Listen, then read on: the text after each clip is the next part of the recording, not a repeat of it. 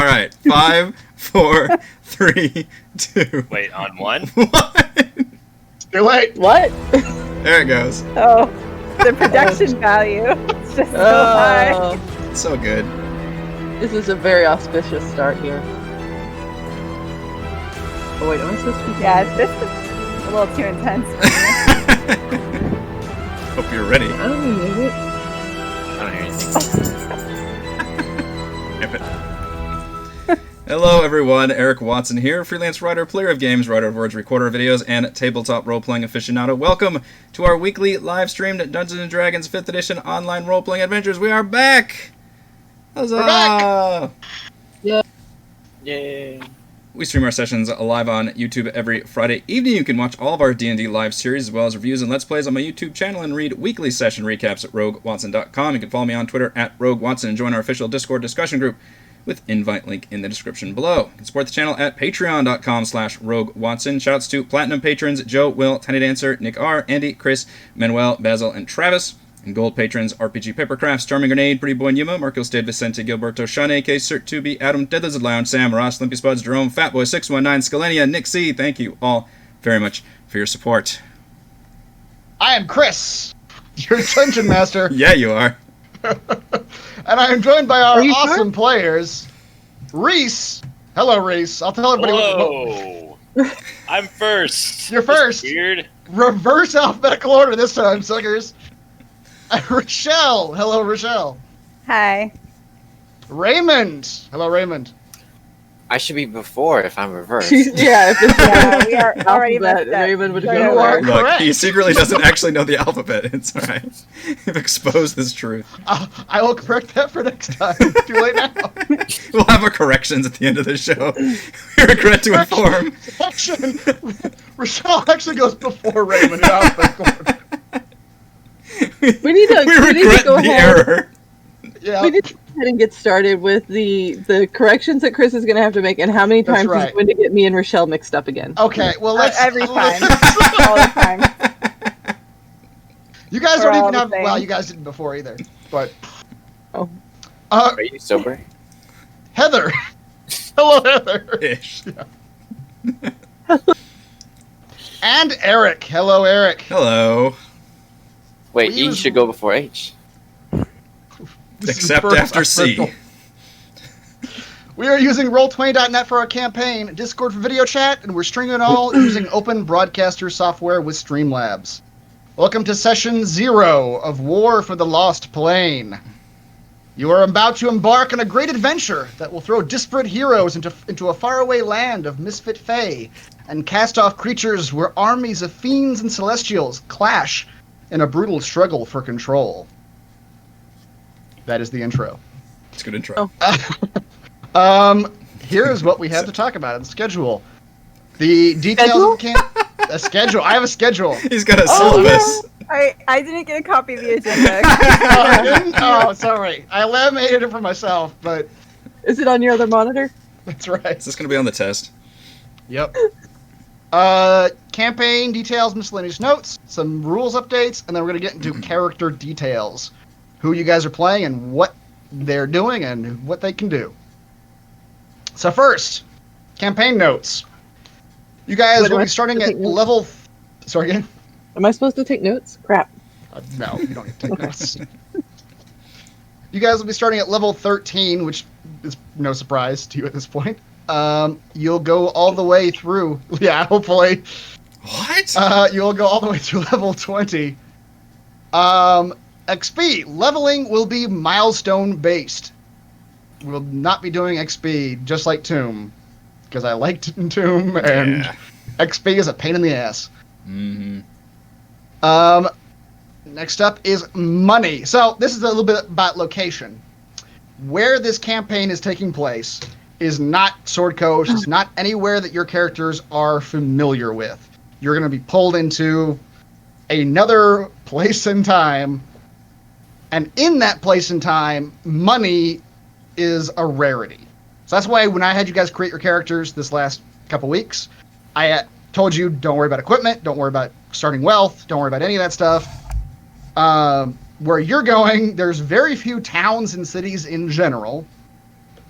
And most of the trade you will end up doing while you're in this place will be barter system based. So prepare to maybe you have to let go of a thing to get another thing, or maybe you'll have to help someone out to get a thing, but it won't just be you're able to just toss gold at a thing that you want and buy it. It'll be a lot more dealing with the character you're trying to get a thing from. DM has eliminated the economy. I've eliminated the economy entirely. Can't throw money at Krakens anymore. That's right. Or Dragon Turtles or what. Here's a spoiler that might be relevant. My character's an assassin. That is possibly relevant.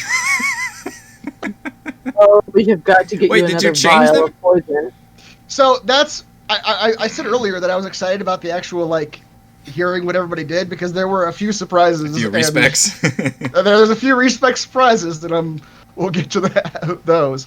You won't trade with me? Okay. Right. Yeah. Oh God. Oh God. We're gonna have that kind of party. Hey guys, How is that different from the usual party? I know. I guess that's yeah. Equipment. You will, as per the starting wealth. I told you guys don't worry about equipment.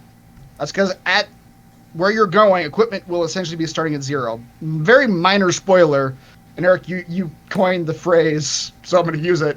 Where you're going is Terminator rules. You're being pulled there with only the skin on your back. And whatever you get, or whatever you have at the beginning, is what you'll have. So whatever you we'll talk about what you guys were doing in your real lives, because that's kind of pertinent, but you won't have any of that stuff where you're going. I'm glad I built a character around his outfit then. I thought about Whoops. that, actually. I actually kind of thought about that. I was like, oh, God, I'm going to have to figure out how to give him back his outfit.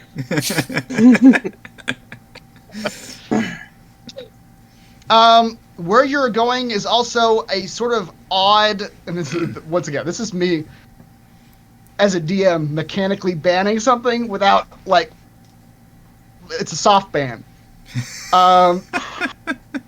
Where you're going is a lost plane of existence that is difficult. That is difficult to travel in the planes from. Things can get there easily, but things cannot get out easily.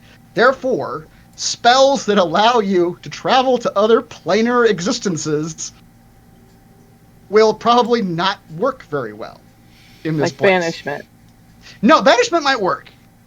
But I mean, like, specifically, there's a specific subset of high-level spells that let you go to other places. Yeah. Like, go to the realm of fire. Go to the whatever. Those kinds of things that allow you guys to transport yourselves to other planes of existences probably aren't going to work where you're going. What else? Long rest. So I'm going to kind of, sort of, well, you know what? I'm going to use the same rules that Eric did for Tomb of Annihilation, but they're not going to matter. So in Tomb of Annihilation, I believe you were saying that, like, the jungles are dangerous, so long resting out in the wilderness is not really going to be easily possible. It's short rests out there, long rest when you get to a safe location. However, there are spells that get around that. Like, Yeah, if someone right. has a hut Right. that lasts for 8 hours. Yes. So, that rule is still in effect, with the acknowledgement by me that it's probably not going to matter. Because whenever you guys want to long rest, you're probably going to set up a fucking magic hut and long rest. Don't pretend like you know us, Chris. I like that Eric is going to be on the other side of the hut now. Now he wants the Oh, hut to yes. succeed. Punish him for his hut shenanigans. There's gonna be snakes in my sleeping sack every time. Every night.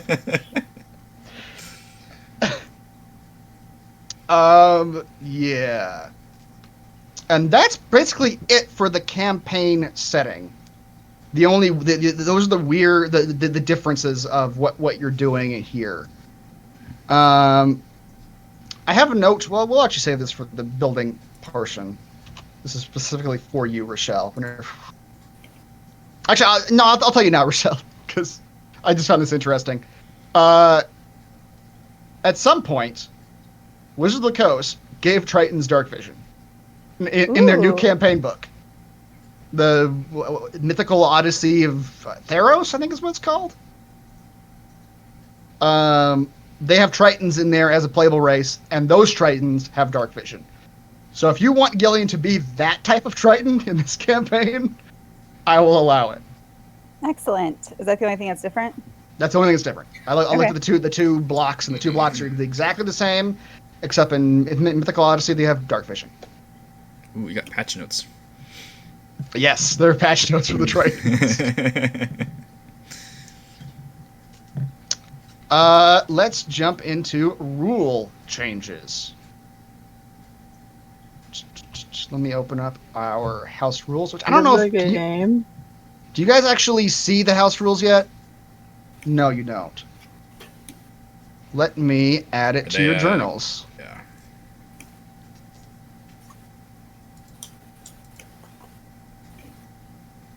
Okay, you guys should see the house rules in your journals now. The changes. The changes are thus. I'm doing away. First, we must sacrifice a child to the house rules. to the house. It's the first line of the house rules.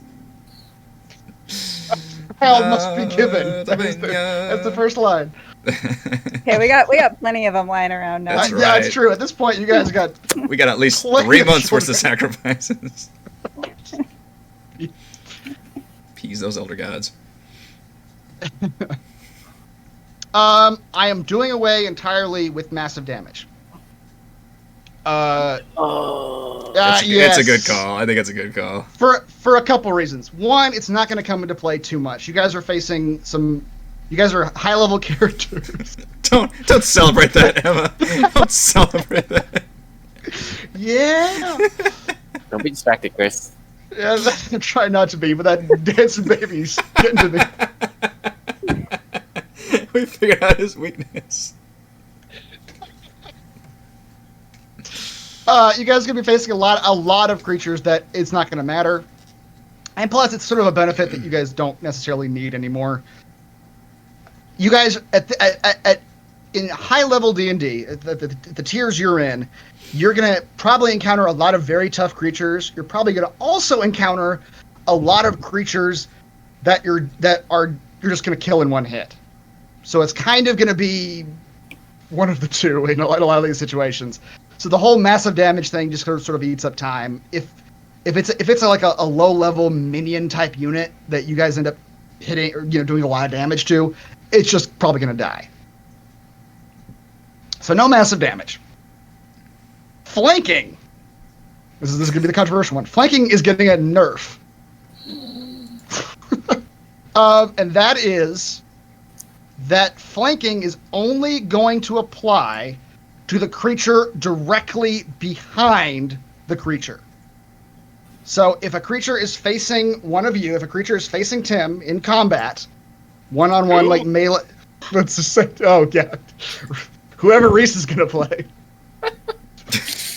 If a creature is facing Reese and fighting him in melee combat, whoever comes up directly behind him will get a flanking bonus.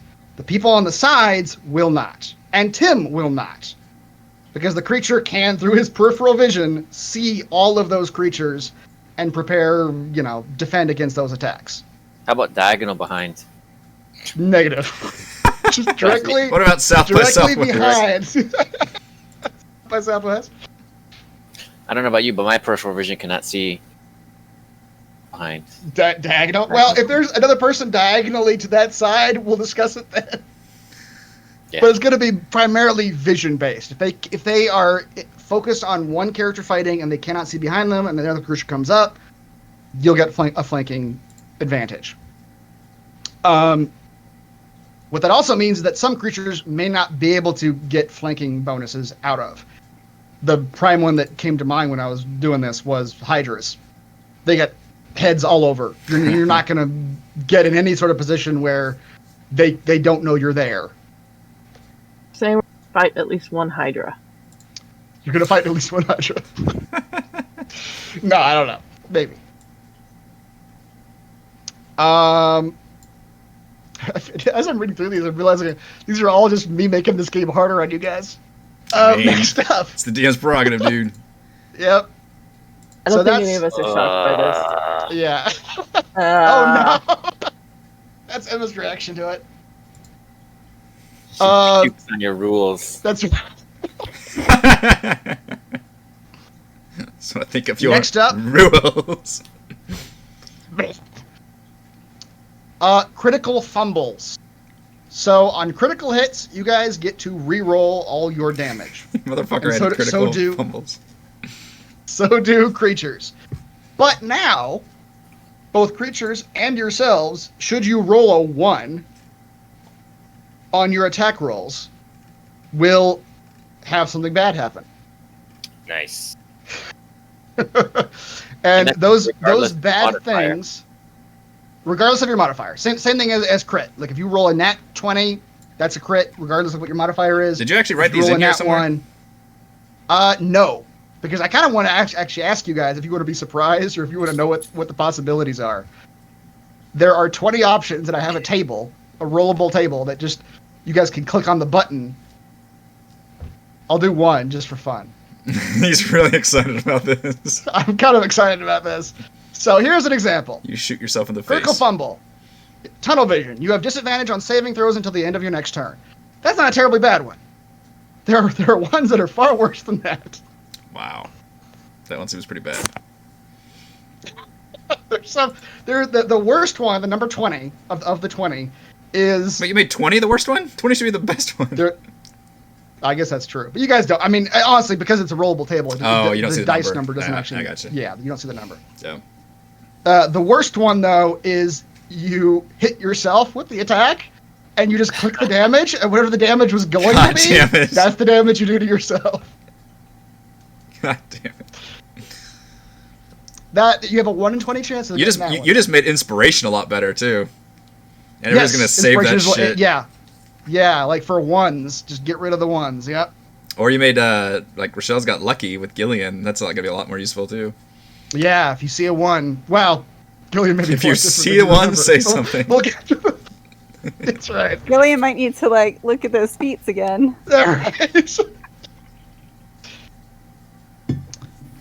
Yeah. So if you guys want, I will show you what they all are. I will give them to you. And make it a surprise. Or we could just roll it as we go and see what happens. Yep. Should be far more entertaining. Let Eric keep track of which ones we've seen before. That's true. Right. Yeah. Yes. I need to start a new. Make it a game. Doc. There are 20 of them. How many of them have hit and when? Kind of like the lingering injuries. Yeah. Yep. I will keep track. That is it for the changes to the rules. The rules that are staying the same. I'm just going to walk through the house rules again, just to make sure we're all on the same page. Lasting injuries. It looks like a little demon baby with the light. What? Who does? Yeah, hers. It looks like a little demon baby. Oh, Like the light, the IR shining in her eyes. Yep. Yeah, she looks like a little demon baby. so many babies. Mine's her eyes half closed. Yeah. Mm-hmm. She got that from me. Lasting injuries is going to be the same as it's always been. If you go down, you make a DC 15 con save. If you fail it, you get one of the things. I did build a rollable table for that one too. You guys know how to get to the rollable tables? I think you should have them. The macros. So on the right hand side, if you go to I don't know what it looks like, the 3 little lines. Mm-hmm. At the top, there should be macros available. Do you see those? Yeah. Yes. There's one for lasting injuries. So, whenever you guys roll a 1, you'll hit that critical fumble one, or when you get a lasting injury, which you roll concussion head trauma. Yep, that's not a terrible one. Intelligence saving throws. Nice. So you typed it all in. Yes. So if you go down, you get a lingering injury.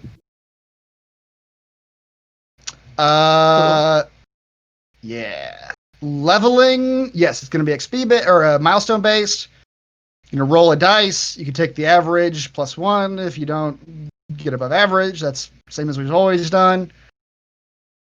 Examining a creature, it's going to stay the same. As a free action, whenever you encounter a creature, you can examine it using one of your skill blocks and try to figure out what you know about it. The resting in dangerous areas is similar to what we were talking about before with the long, short rest in wilderness areas. Yeah. And even with you guys having a fucking magic hut that allows you to long rest, you can still set guards as per these rules if you want to just keep an eye out for things. Or you can have a robot who doesn't sleep. You can do that too. It's a ribbit. Yeah. I power down for 4 hours, Right. but I'm still awake, so I don't know. Yeah. Long rest and exhaustion is going to stay the same. If you go 24 hours without a long rest, you start to take exhaustion. All those rules. Stealth hiding, it's going to stay the same. We're pretty familiar with those. Lock picking, I actually think I did change this, but I forgot about it. I think I got rid of the time on lock picking. So you guys can lock pick in combat. If you want. I think before lock picking was like a solid 5 minutes or something like that, where you could not do it in combat. Did we do it at all last campaign? I don't know Yeah, if you ever lock picked I did a anything couple last times. campaign. Yeah. It came up I did few a couple times, times because I broke one set and then I had to steal someone else's. Yeah, that was way I back. stole yours. I think it was like Fort Belwarian or I something. stole Chris's lockpick. Right. Yeah, I crit failed on mine, so they broke. Eric made them break, so I pickpocketed you and stole yours. Yep. So the same rule's going to apply, but I will allow you guys to try to lockpick in combat as opposed to having to wait or lockpicking taking 5 minutes and lasting throughout after combat's over. Yeah. Stealing, sleight of hand checks, makes sense. Material components, gonna keep that the same for non-consumable components or components that you need to have a dollar amount for.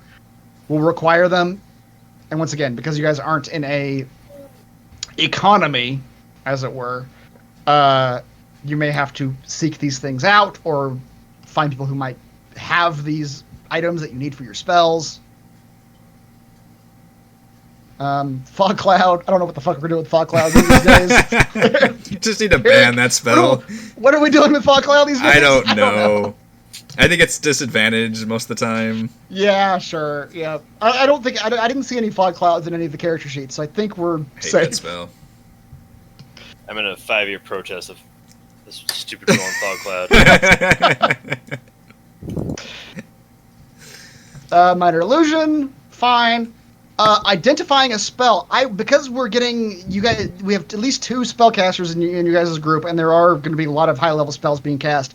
I will start doing this where I will give you guys a verbal indication that a spell is being cast, and if you want to jump in with a counter spell, you got to jump in with the counter spell before I tell you what the actual spell being cast is. All right. Well, yeah, just get used to It's gonna be saying so and so is casting a spell.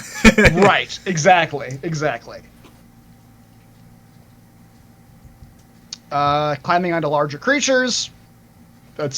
I don't know if it's going to come up with as much without Celeste here, but that's a thing still. Celeste is still somewhere disarm. climbing on the larger creatures. That's right. She's in hell right now, just climbing on the larger hell beasts. Climbing on larger creatures, stabbing them, climbing all over them. Just having the time of her life. 14 hours a day. That's right.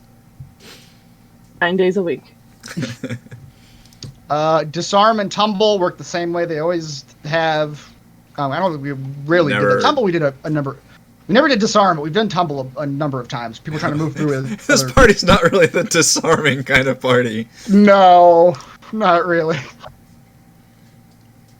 Flanking. If you read flanking, it'll tell you what I changed. It'll basically describing that's got to be directly behind the target. And if there's ever a question about which direction the target is facing, you can always just ask me. See, now you've opened up another can of worms, I think, here, yeah. But I will say this. If you see the target, like, attack a player, that target will, until its next turn, be facing that player. Yeah. So if you know, an orc swings a sword at Eric, he is facing Eric until the end of his next turn, or until the beginning of his next turn. So, yeah. Grappling, the same. You have a lot on grappling, but yeah, it's the same. So pretty much rules as written. Moving through allies, still a thing you can do. Double the movement to move through them, but you can do it. Suffocation, still the same. Breathing underwater, if you are in combat, it becomes more difficult. You have a round per your Constitution modifier. Spellcasting services, I left this on here, but I'll be honest, you guys aren't going to be in a situation where you can pay anybody 1,000 gold to cast Raise Dead on you. Why would you point that one out? You know, whichever one. It'll be far more if you need those kind of services, you seeking out a character that might help you if you do them a favor or give them something. So it'll be less about like going to a city and finding a temple and getting a thing. And that is it for the rules.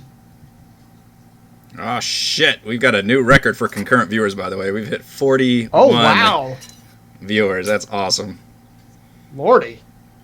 Hello, everybody. Shout out to everybody watching our session 0 right now. Session 0? To listen to Chris recite rules for our campaign. Of all sessions, me just talking to you guys about rules is... Okay. But that is it for the rules. That is it of me just speechifying at you. There go the viewers. They were only no more rules. We're out of here. It's over now. So now we're going to get into the characters. So what I want from you guys, and if you're not first, then just be thinking about it as I go. Then you're last. We're going to go through general history and personality. This is more for the characters that already exist. Like I see. That's okay. It's okay. Yeah, okay. You get to read a whole short story, so don't. Shove it. For those of you that have never existed before, please stay over in that corner. That's right. That's right. So go on this side of the cafeteria. Who you're playing, what adventure they're from, what they were doing during that adventure, or what their personality was during that adventure. Then I'm going to ask what your character has been doing since that adventure. And some of these might come from the end of those adventures, because I know at the end of most of our campaigns, we have little discussions about, okay, my character goes and does this.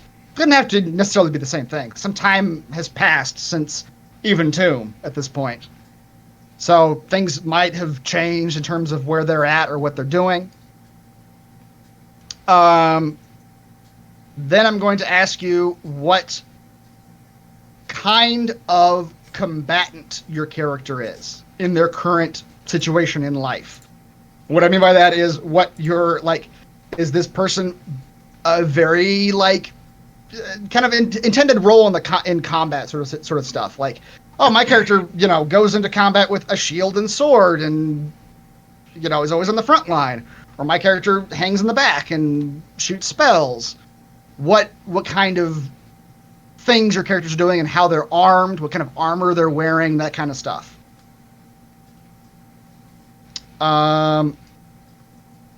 And then we will get into the actual, after that, all that, we will get into the actual, what your characters can do mechanically at 13. As this is going to replace the making the character portion that we always have in our character creation or session zeros, where we roll numbers and talk about what we're going to do. instead it's going to be, because you guys have all major level 13 characters, what can they do at 13? What if you've taken any feats, what class stuff you get, all that kind of jazz.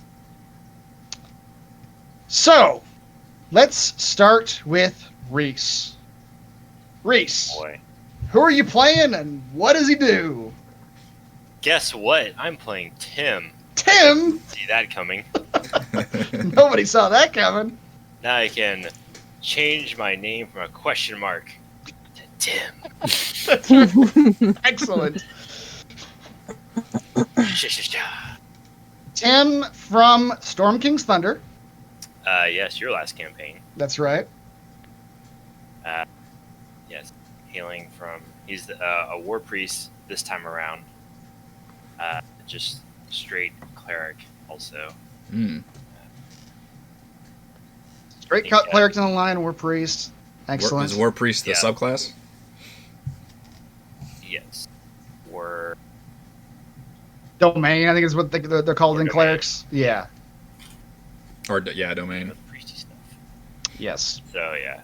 He can wear heavier armor. Different weapons. So Tim, war cleric. At the end of Storm King's Thunder, I believe. Chris, correct me if I'm wrong here. Sorry to interrupt, Chris. Just for this session, can you give me control of everybody's sheets just so I can actually show the stream while everybody's introducing their characters? Yeah. This will probably be the only time I'm going to care to do that, but I figure it'd be fun to do it for this first session to be able to show off the character sheets. Yeah. But you'll need to give me control so I can see them. Open them up. Yeah. I just thought of that because I usually like to do, whenever we level up too, I like to go through the visual of showing it, but I don't have access to the sheets. I am merely a player. Do Tim's right now, so you can do that. So correct me if I'm wrong, but I believe at the end of Storm King's Thunder, Tim went off to lead some other Warforged. Oh, yeah. Yeah, that were because if I remember the story correctly, Iamrith, the Blue Dragon, was making Warforged, and Tim was one of them. And there were all these cast-off Warforged that Tim had heard about in a forest, so he went off to sort of guide them into self-consciousness or whatever. Yep. Yeah, so he went off to do that and guided them in the ways of leeching and healing and accidentally killing. And Excellent. they eventually became, big enough and advanced enough to where they didn't feel like he was needed anymore. So he went back to retire in our deep forest where he was from. And the local village there was in need of a healer, so naturally Tim helped out, leeching here and there, Leeching as needed. as needed, sometimes more, sometimes too much. Too many Eventually, leeches, they say. the town started to dwindle in Oh numbers. no! There were too many And, leeches. Tim found himself alone once more, just like he started in Storm King's Thunder, wondering what to do about his life. Enough time has passed that he decided to set out and adventure again, hoping to spread the good word of leeching to everyone far and wide. Tim's story is so tragic. It's very nuanced and complex. It's just a series of Just- him going places and ruining them and moving on without any awareness that he's doing it. Ruin follows in And his the wake. townspeople, probably just moved away thinking that they didn't want to mess with the construct, trying to kill them Right. all that time. They didn't Because- all die, probably. Some of them probably left just of their own accord. Yes. Just super anemic and probably never made the path. So yeah, that's what Tim has been up to. Excellent. So that's what he's been up to. when he goes out adventuring again, looking to spread the word of leeches, how is he kitted out? Is he wearing? I mean, you're proficient in heavy armor, I assume, with the war Right. priest. So with the construct, I think they sort of absorb, integrate their armor into themselves. Yeah. So he's always has his heavy armor on, and his trusty warhammer. Okay, so he's got a big old warhammer. Excellent. Yeah. For catching leeches sometimes. You gotta leeches first. Some of them are real tough. You gotta beat him into submission. Oh, excellent. So yeah, that's how he's kitted out. Okay, excellent. Let's move on down the line. I'm gonna do it alphabetically correctly this time. Wait, Raymond. so are you a healer? Are you a tank? What was the role? Did I miss that part? Okay. You mean to go over like feats and stuff too now? Not yet. I'm gonna make another round where we actually okay. mechanically go through what you can do. Yeah. But I mean, being a cleric, you're sort of a hybrid tank and healer. I think this time around, there aren't as many healing spells, but a lot more situational spells that he has. like support type stuff, or Yeah, like support spells. yeah. Support and debuffs on enemies. Okay. So it's definitely probably going to be in the front line, just being Oh yeah, he'll be all yeah armored up and warhammered and all that jazz. taunting the DM to hit him. Because that worked so well for Tim last time. I'm better than 19. There's no way you can hit me. Oh, man. Throw a zombie we gotta gun go at you. heal his crippled limb again. That's right. How many times did I break my leg? It was at least more than twice, I think. Slight spoilers for Storm King's Thunder campaign. That's right. I actually re-listened to the you guys going to get Tim's leg healed by the creepy doctor again like a couple weeks ago. That was a good one. That was.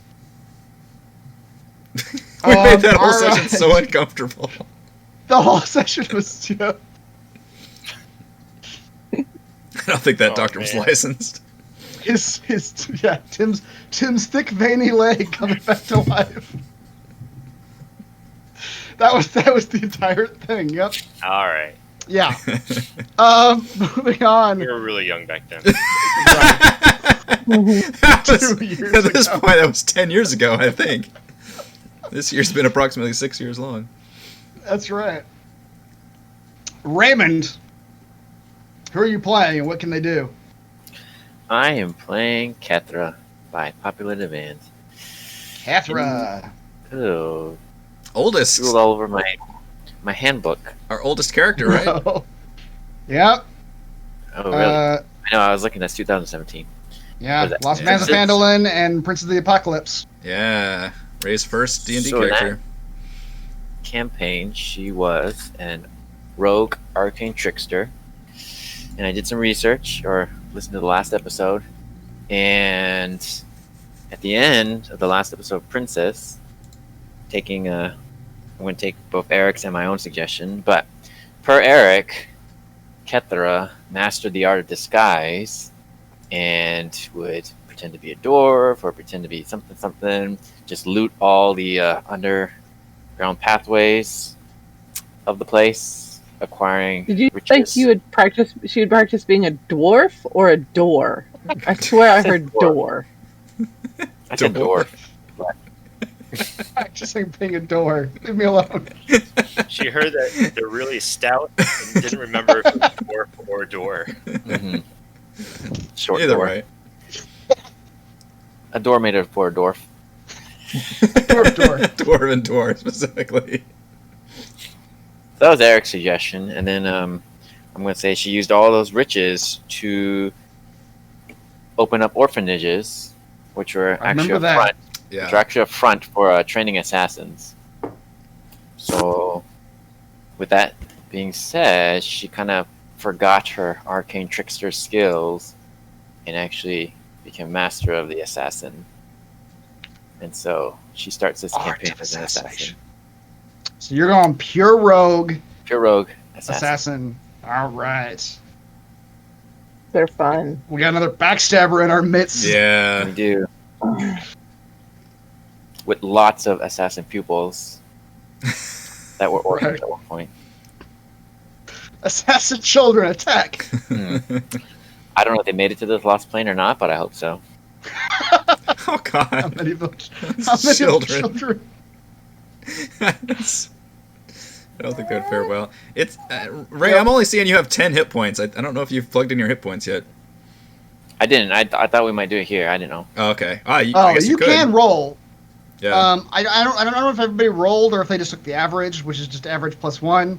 You can do that too if you want, but Oh, you're just trusting in honesty? yeah, I I did our usual, and okay. I rolled, and then if I got less than the average, I took the average. And I streamed mine, Yeah, so was- you can fucking watch to make sure I did Yeah. it correctly. I wasn't sure if we're doing it on the show or what, so I just left it at 10, but I haven't done anything to it. Okay. Yeah, if you want to just add the average for 12 levels, you can do that. Yeah, Or I'm you gonna can go roll. ahead and rush roll and see what you get. I said the average. The average. I think mine ended up being basically almost average. I mean, I got a few more. I rolled Yeah. pretty Yeah, bad I on think hit the way it points. works out is you get like 5 or 6 more hit points Right. Yeah. over a period of time. Over 12 levels, yeah. So I could just roll 13d8, and then just whatever is less than average, just raise it up to average, right? You could do that. Yeah. All right, You and I have I'll the do it. same hit points, Reese. Wow. Shockingly. Just took the average. When you only roll 12d8, Raymond, because you're already level 1. Yes, it would be Oh, 12 yeah, d8. I know that. Yeah. 12d8 then. Mm-hmm. You have access to everything. Right. He's showing the viewers. Yeah. Yeah. Yeah. I mean, like con is plus 3. I get 5 per level. I didn't mind the 13. Okay. You're saying 12? No. My method, it would be 12d8, but you're correct. 12 more Right. levels. Somebody. of hit I points, started 'cause you're started already everybody at level 1, so you've So we're already got level the one first. Yeah. How did she get into this world? I don't know. You don't know. We'll do that. We'll do that session 1. Oh, okay, gotcha. But Kethra, having taught assassins for the last this point with princes, it's been years at this point. Kethra must have seen. Yeah, like, we don't have a solid timeline, but no, but whatever it's Kethra must been. have seen like the giant shit go down. She must have Ketra's seen seen some shit. Some shit, yeah. the death curse sort of happened. Maybe she's not aware of how that resolved, but she's at least aware of something that was happening. So it's probably been years for her. Mhm. At least a few. But she's still young. Yeah, still. She is a half elf after all. But she's been training people in assassination, so she's sort of become an expert at assassination herself. Right. So as such, how is she kitted out? I assume with rogue it's like light armor, right? I thought it was. Hold on. Armor. Yeah, light armor. Sorry. Light armor, and what kind of weaponry would you? What it's finesse. Finesse, just finesse weapons. Yeah, so she can sneak attack. Okay.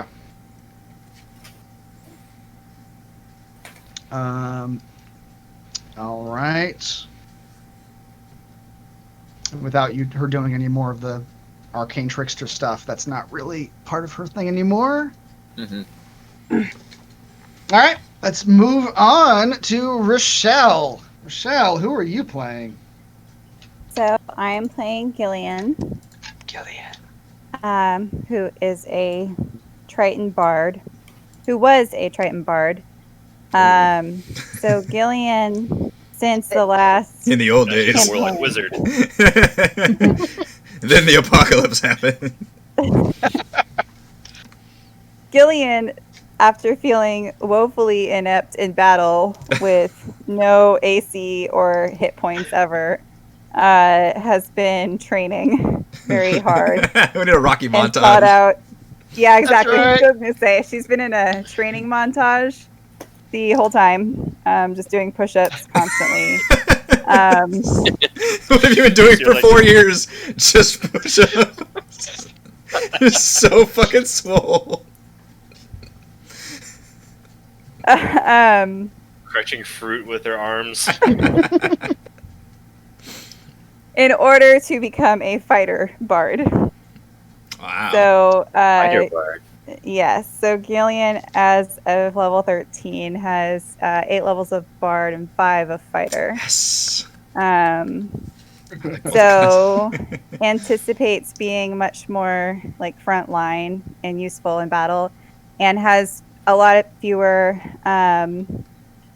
big damage spells, and just more like trying like sort of helpful spells, and yeah, so less damagey. So damage is going to come from from fighting. Fighting, yeah. So trying to be a little bit more useful as a bard in terms of healing, but more effective in fighting as a fighter. But you still have the hut, right? Don't worry. That would be bullshit if I Still became a the player hut. with Gillian and I didn't get the hut. Still have the hut. All right. Still chose my favorite spells. All right, we're good. We're Signature good. spell. Around. That would be a bullshit bait switch. Switch. Under Gillian. Doesn't really have any like AoE spells anymore, but still have the hut. Right. Okay. So that's Gillian's plan. So Excellent. she's So I believe when we left off Tomb, which wasn't that long ago, it was like a month and a half ago, she was going off to sort of become kind of like a diplomatic sort of figure. oh yeah. She's the only one to leave Schultz. She Well- fucked off. It's like, screw this Right. place. So the way I'm sort of imagining this, you can correct me if I'm wrong here, but is that like she's kind of shirked that diplomatic duty at this point because she's sort of like Just push-ups. getting into the push. Yeah. That's She, how like, she did her wanted to be- diplomatic She's duty. a She made everyone do Renaissance push-ups. woman. She can do both. She's just doing push-ups at night and There you go. diplomacying Okay, during the okay. day. Yeah. Still trying to do some of that. Diplomacy books while doing one hand. That's the montage. It's just doing the push-ups and there's just fucking political books out. That's right. That's right. I love it. Excellent. All right. So Every how diplomatic meeting is is just busting out of the shit. you want to talk about trade negotiations? Got your trades It's like right. wiping blood on under her eyes. Let's These discuss theme songs tariff just playing in rates. the background. I love it. Yep. So she's not. That's right. Fifth element. Hey, anybody else want to negotiate? That's right. Chops off somebody's head. How is Gillian kitted out at this point in her career? So much like a fighter now. So Yeah, she's so- got chainmail and a trident. Ooh.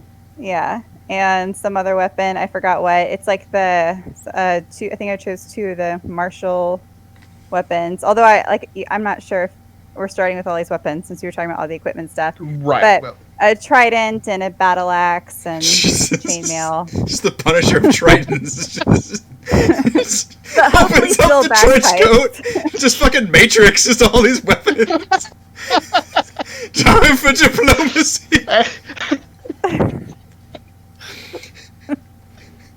It was, what really hardened her was drowning that monkey at the end of the campaign. Just couldn't really she come back watched. from that. She watched in her heart just grew dark. I know what I must do. Dun, dun, dun, dun. That's right. Oh my god. Excellent. No monkeys were harmed in the making of that campaign. That's right. No, there were a lot of monkeys harmed in it. One of them There got were their a soul number of displaced, but it wasn't harmed. I'm pretty sure I shish kebabbed a couple Yeah, of a monkey got shish kebabbed. A monkey got his hand cut off. I'm pretty sure there was Oh no. some monkeys got hurt. Oh no. That's our end credit sequence. people. Some monkeys got hurt. Sorry. Just a few. We're sorry. Sorry. Oh no. Okay. dear. All right, I've been reduced to tears again. All right, Heather. Who are you playing? I am playing a character who has never been a part of one of our big campaigns before.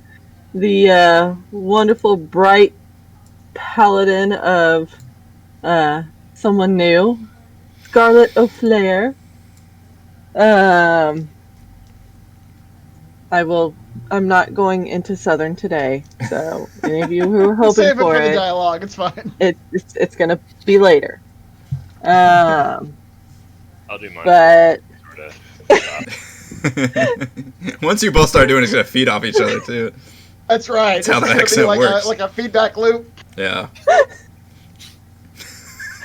Destroy man. us all. Who can out southern each other? Until we're all doing it, just Yeah, unaware that's of it. exactly what's gonna happen. God. We can't get out of it. we're all just trapped in it. But so she's never really been a part of the full campaign before, so this will be interesting. One, to see if I can go that long speaking Southern for that long, but But you played her a bunch for folks that have seen. She's had a number of adventures. Yeah, all of our basically all of our last one shots. Yeah. Yeah. So her previous god was Avandra, and since the last little one shot, she has had a crisis of conscience. Her god has abandoned her, and so she has gone on a pilgrimage of months and more than likely over a year of looking for that understanding again and having that connection to the divine, to which she found her place in with her new god Torm. So she has a new kind of like feel and look to her. So it's she's got her whole thing is now bright. It's like a bright black armor is what she usually wears, but the only piece of color you have is what is also her spellcasting focus, which is a white right glove. Try saying that 10 times fast. White right glove. All right. Yes. Or it's the gauntlet on the right hand. So Torm is the god of courage and self-sacrifice, and she really called to her. She's still a paladin of devotion, so she has now devoted herself to Torm and feels that mythical connection more so than she ever felt before. So she's really just kind of been on a pilgrimage throughout this whole time, like going where Torm leads her to help those who need it, to give them courage to face their fears and to fight the good fight and do what's right. And she's going to join this party of somewhat awful people, and this is going to be hilarious. And yeah. And so yeah, it'll be pretty interesting. So she's kitted out with full-on heavy armor. She doesn't go anywhere without it. She has a new weapon that she didn't use before. She is proficient now with a halberd. I think that's how you pronounce it. Okay. So that is more along the lines of her training with her new god, and in her new role was a paladin of that. So she's got her shield, she's got her weapon, her nice heavy armor that protects her, and just kind of goes where destiny leads her. Excellent. So she's just sort of been, and here I will do this too. I will sort of mess with our timeline a little bit, because between the last adventure that Scarlet had, which was in the blood halls of Emerald Cove, I think is what it's called. Mm-hmm. I'm going to say, just for the sake of timeline making sense, that the Emerald Halls took place during Princes of the Apocalypse. Oh boy. And that in that time period, she has been, like you said, just on a pilgrimage, adventuring, helping people where she can, doing good wherever she can do good. Traveling with her little stinky friend. That's right. Yeah. And in that time, she has gone from, level 3 to level 13. Mm-hmm. She's become far more experienced with as a paladin.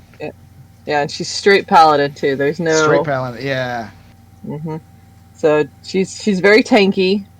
I think I have the most hit points so far out of everybody. I've been just clicking through the YouTube stream just to see everyone's Yeah. She does have some spells, so that'll be interesting. I can't wait to use one of them. I'm very excited for it. I will find my steed and I will ride that steed throughout nice. the 9 hells. Excellent. It will be wonderful. But yeah, she's this is definitely going to be an interesting character to play. I'm excited about you playing a non-murderous character. To be honest. Yeah. I'm genuinely excited about that. We'll see what happens. Yeah, that's right. All right, and finally, Eric, who are you playing? I am playing a new character because I don't get a chance to play characters too often, so I decided to make a new one. Folks can actually see me build this character from level 1 to 13 in a live stream I did about 2 weeks ago. It's pretty long, yeah. Turns out it takes a long time. Shameless plug. Shameless plug. That's right.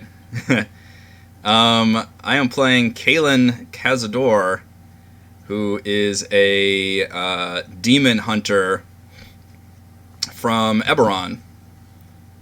And at level 13, he is a level 8 ranger of the Monster Slayer subclass, and a level 5 warlock of... So warlock has... You have to choose one at the beginning, and he's the Fiend Warlock, and then his subclass for Warlock is the Pact of the Chain. So he has a little imp buddy. And as part of his demon hunting, he... I guess I should say he's a tiefling, and he had a very bad upbringing and hates demons. And he ended up ritually binding himself to a demon to fight demons. And it turns out that demon was actually just a little imp. But the imp gives him some power and is kind of useful.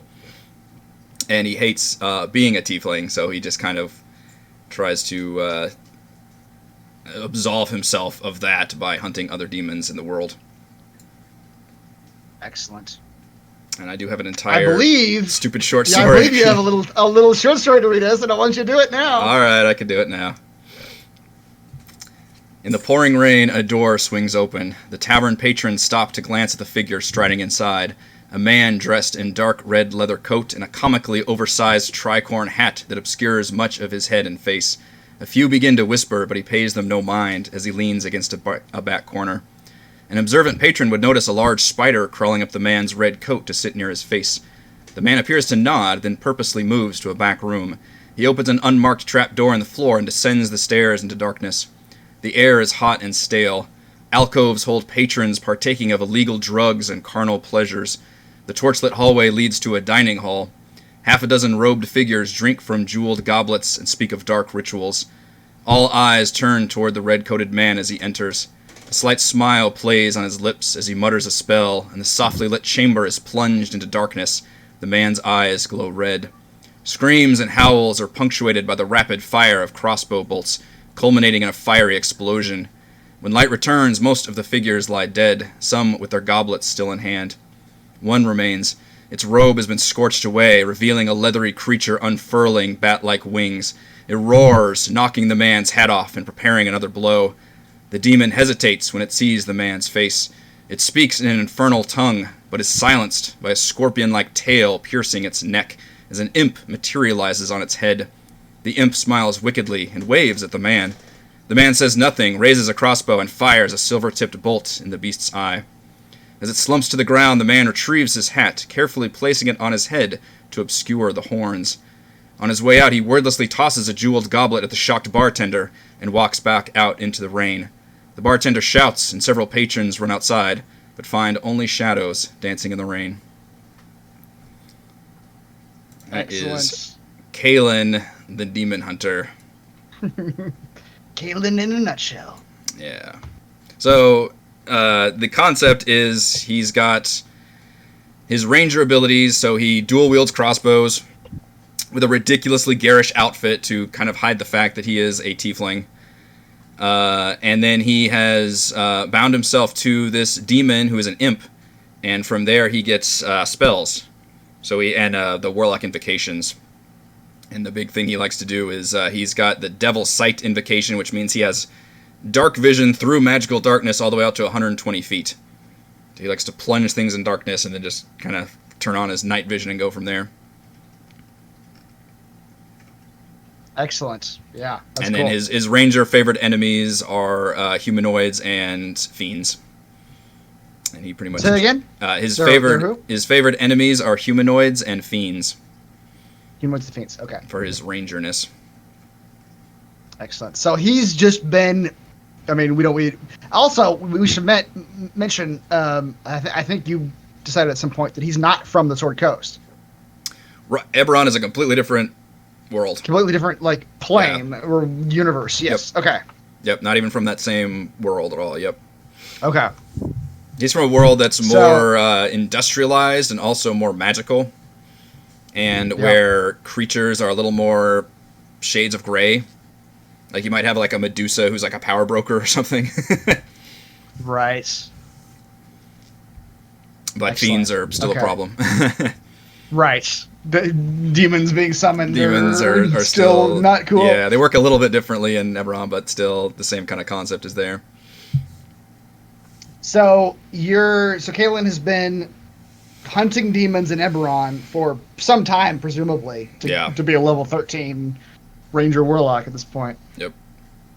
So he is at the time we're starting. He is like probably one of the better ones, I'd assume. At level 13, I would guess. Yeah, and I think I'm designing him as somebody who typically he might have a small cadre of people that he works with occasionally, but he also probably goes out alone and does his thing. So this will be a learning experience for him to work with a group. Right, yeah. More like contract, like he just gets a mission and then goes out and does his thing. Yeah, or he'll just get a lead on something and go do that and then just try to get money from people that are kind of like a Witcher, basically. Yeah, okay. Very cool. And kit-wise... Very much... you said he's double crossbow. Yeah, he's definitely ranged, I would say. His hit points and armor class are actually pretty decent, but he's definitely ranged. He wants to use his crossbows as much as he can, because he's got extra attack, he's got all the ranger stuff he can do, but he has a bunch of spells that he can unleash. He's got ranger spells, which are mostly like buffing type stuff or defensive things. And then he's got some warlock stuff that he can do. He's a fiend warlock, which gives him access to fireball. Which, oddly enough, which I didn't know Gillian was going more fighter, so I might actually be the more like spellcastery one in terms of like doing the big AoE stuff. Yeah. I've also got counterspell. I don't know if anybody else has counterspell, but I wanted to try to take stuff that was like thematically tied to him hunting like demons too and stuff that would make sense. Right. I do like a good counterspell. Yeah. Is counterspell in the house rules? I don't even know how we decided on that. Yeah, we went through that. That was that you have to say that you're casting a spell first and then give the person... that's part of that. It's a check you have to make to determine... And correct me if I'm wrong on counterspell. Yeah, you have to do a check to determine if you know what the spell is. If you know what the spell is. But I think we also determined... like it's only I think that's actually part of the rules. You can only like counterspell a certain number of times because it actually is a reaction. It is a reaction. So yeah. once you're out of reaction, you can't just you can counterspell a counterspell, but everybody still only has one reaction. Now, if you have multiple people with counterspells, you can have everybody expend their reaction. I think that's still legal. Volleyball that. Yeah, basically. It's like Magic the Gathering at that point. Like, all right, we've done all these fucking interrupts. What's going on? Yeah.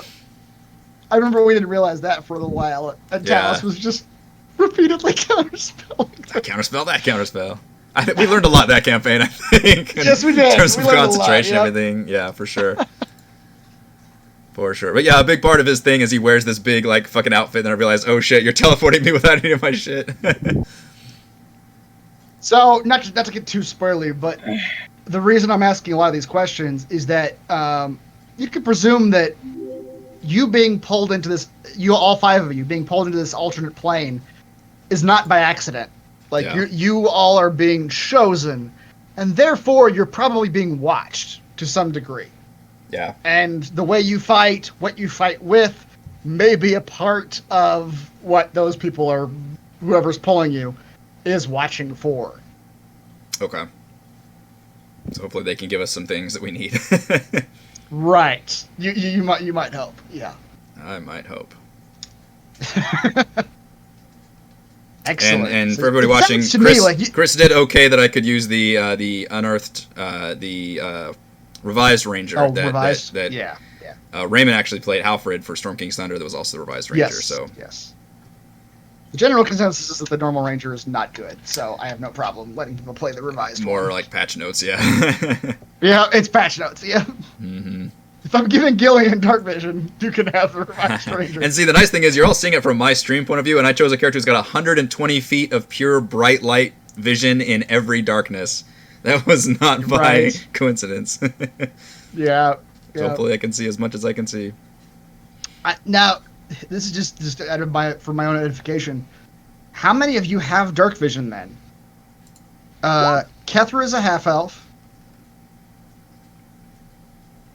Oh yeah, there's your I know I don't. Yeah, I normally do, but my Devil's Sight gives me twice the dark vision and through non-magical, and it's normal. It's not even the gray. Okay. Tim, do you have dark vision of any kind? I don't think so. Okay. So just you two are the only ones that don't. They don't have any kind of dark vision. All right, that makes sense. See, y'all are going to be happy to have me around though, because of all of my freaking auras. Mm-hmm. Well, what's interesting to me is that this is a very interesting party. As I'm hearing you guys like actually describe it, it's a bunch of very heavy hitters, and your guys are kind of spreading out a lot of the healing and spellcasting portion of the party amongst all of you. That's true. Nobody's like a pure. Nobody's a pure spellcaster or pure healer. It's like 3 of you can heal, maybe 4 of you. Well, 3 of you. 3 of you can heal. 4 of you can cast spells. So it's gonna be very interesting. Yeah, but it's kind of everybody's more evenly built out. Yeah. I do have an imp familiar that can go invisible at will and shape change to animal form, so he should make a pretty good scout. Yeah. And me and the imp kind of hate each other. We have like a fucking sitcom relationship. Does the imp speak with a southern accent? No. No, okay. Imp's probably like a Boston accent. No, please. Oh God, don't. Welcome to my hell, you guys. Eric doing a Boston accent for 2 hours. That's right. Go. Yeah. I have to counter all these other accents. That's right. Bring us more to the Midwest. Alright, I'm gonna go ahead and put this out there now so that way Christopher can't say I didn't warn him that this is on my character sheet. My ass can't be surprised. Okay. She took the alert for the 3rd character in a row, I think. Best feat out there. Doesn't ever not take that. You just don't like being surprised. As a person, you just don't like being surprised. No. This is correct. It's just a personal preference. You're getting called out. That wasn't Boston, that was Brooklyn. It's all the Northeast. I don't know the difference. I would not have any idea. Boston is Mark Wahlberg, right? Like that's Yes. It's Okay. Mark Wahlberg. You know, Mr. See? Boston. Mr. Boston. Say hi to your It's mother for me. Ben Affleck, I think. Is Yep, he? and Matt Damon. They're all Okay. They're they're They're all good. Boston? All right. Yeah. Yep. Nope, just Mark. Just Mark. Well, I'll say this: the rest of them can hide their actions pretty well. Mark Wahlberg cannot. Not. Mm-mm. It is Boston all the time. All right. I think that is it for the character stuff. Now is the mechanical stuff. I want to hear what your characters can do, like what feats you've taken, what class stuff you have. We can take a quick break right now if you guys want. Now would be a good time for it. We could. I'm staring I at don't the think we're gonna odometer go right much- now. At the what? At the odometer. Are we gonna hit another fucking record? Oh boy. Be exciting. But yeah, we can take a break. Yeah, let's take a short break. Yeah, come back in 10 minutes, and I don't think this should take too terribly long. This is going to replace the leveling up your characters bit. So I just want to hear what your characters can do, what feats you've taken. I also want to hear what because I think all of you going from 1 to 13 have gotten 3 either stat boosts or feats. So I want to hear what you chose of each 3 of those, in addition to whatever class feats you have. So yeah, we'll take a quick break and we'll be back in just a second. Watching now. Oh shit, we had 50. All right, break time.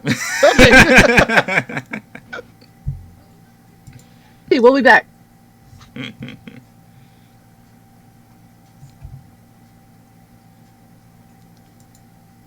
Chris, you forgot to set the break music. Nuts.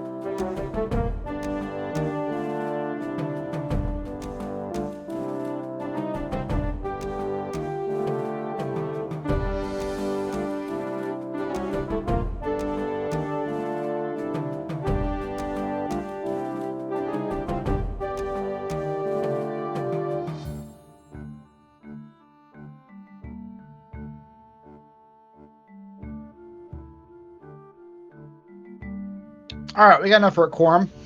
Start coming back. Still muted, Eric.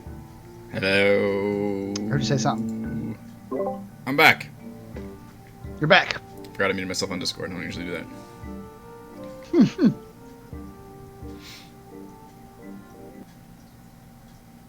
All right.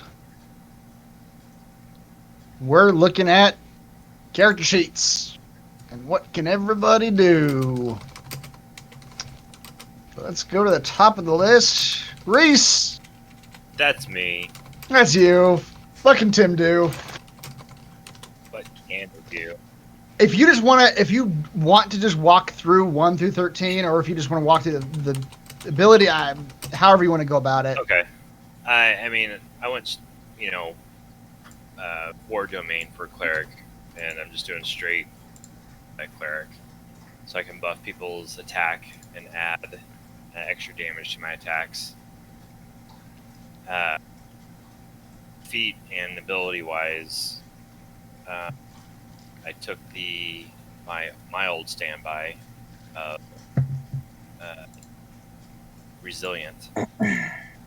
That is kind of your old standby, isn't it? Yeah, I've chosen that every single time. More con. I didn't. Yeah, exactly. Now I have proficiency in con saving throws. Okay.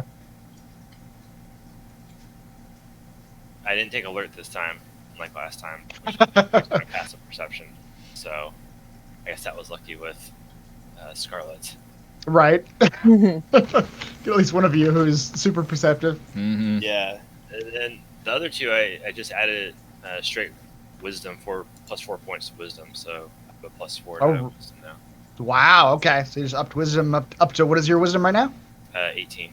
18. All right. That's a good thing to mention is what everybody's like best stats are. That's true. Yeah. So we know like what Yeah. who needs to handle like what tasks first. Yeah, I have a 16 for con and 18 for wisdom. Okay.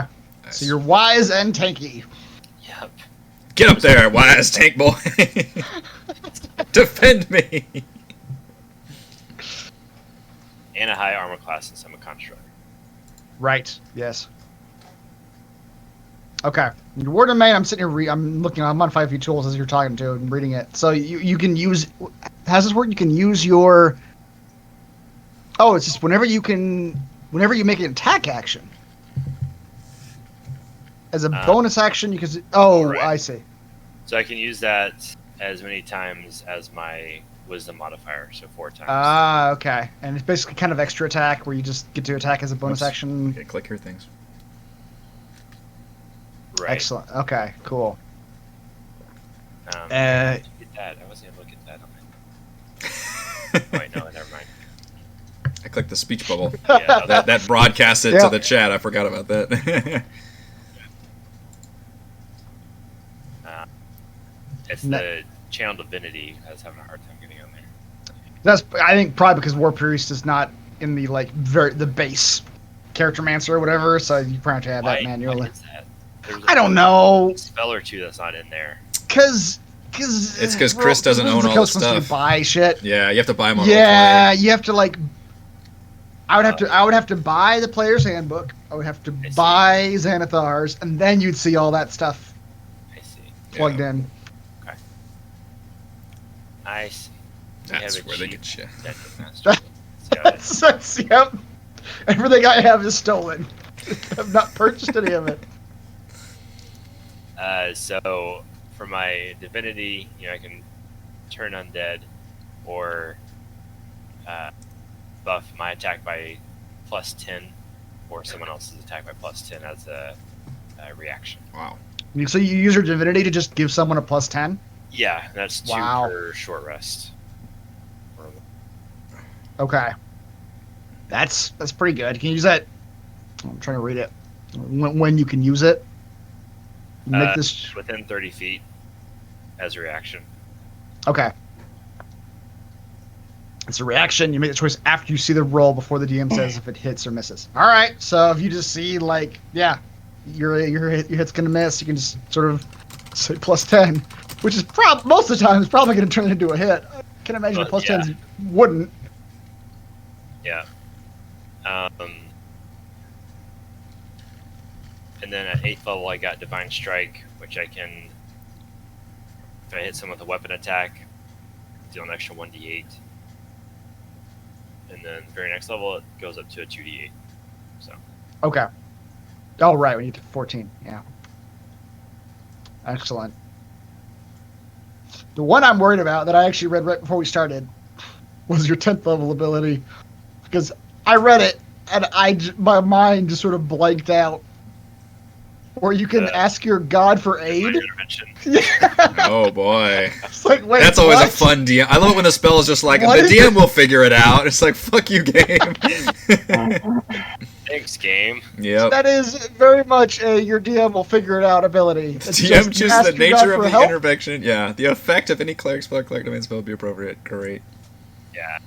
But it's percentage die. It has to be equal or lower to my cleric level. So that's like a 1 in 10 chance. Oh, that's wow. true. A percentage die. To have your deity intervene just to help me, Chibas. Yeah. I pray for a miracle. Wow. Yeah. And if the deity does intervene, I can't use it again for 7 days. So it's like a once in a while thing. It's the you look around, everyone's dying. Like, yeah. I better try it. Because what the fuck else am I gonna do? Yep. Wow. Okay. And then your destroy undead just gets better and better as you go. Are you the highest level spellcaster of all of us? Yes, I think so. If as a pure cleric, I think you are. Pure cleric. Yep. Because I've only got up to 3rd level spells. What level spells do you... Oh, yeah, we should go over that, too. What spells have you chosen? He's going to up to 5. He's and gonna what level spells can you get to? Yeah, so I have 1 level 6 and 1 level 7. I picked Divine Word for 7. Oh, Jesus. For now. I mean, every long rest. That's right. Clerics are... Yeah. Which I will also say this, as an aside from what you're doing right now. If anybody gets to 14... If we're starting at 13, if anybody gets to 14... and decides they don't like any of the spells they've taken, I will let you check. Because, there's a lot of theory crafting going on right now. I've never played this character. I have no idea. Jumping up to 13 is weird. I recognize that. So if you, get through all of level 13 and go, I took the spell, but I don't know how it fucking applies to anything I'm doing. Okay. I will let you change that up. That's very nice. Thank you. Everything's in beta testing. He is a kind of benevolent DM. That's right. Divine Word. I took Divine Word. Yeah. That's really fucking useful. What does it say in the Bible? I added in some flavor text to some of my spells. What does that even mean? Things Tim might say. This is the in the margin notes you're making. In the scroll. That last bit's really gonna come into play. Yes. Here. Yeah. Send them back to whence they came. Yep. What do you mean the part about the diphtheria? Yep. It's also the diphtheria. The diphtheria. So very important. There's also another cool spell that doesn't allow you to summon in fake creatures from other planes or something. Oh, interesting. But it costs 1,000 gold and oh wow, a component. I was like, meh. Yeah. Wow. And level 6, I really liked heal from my druid. Yep, heal's good. Wow. Just 70. Oh no, it doesn't. Oh, wait, how do I do the show the description? There should be, if you do include spell description in attack and go to on, I think. Is that under the spell? Yeah. It's right up above the description. It's a little drop down.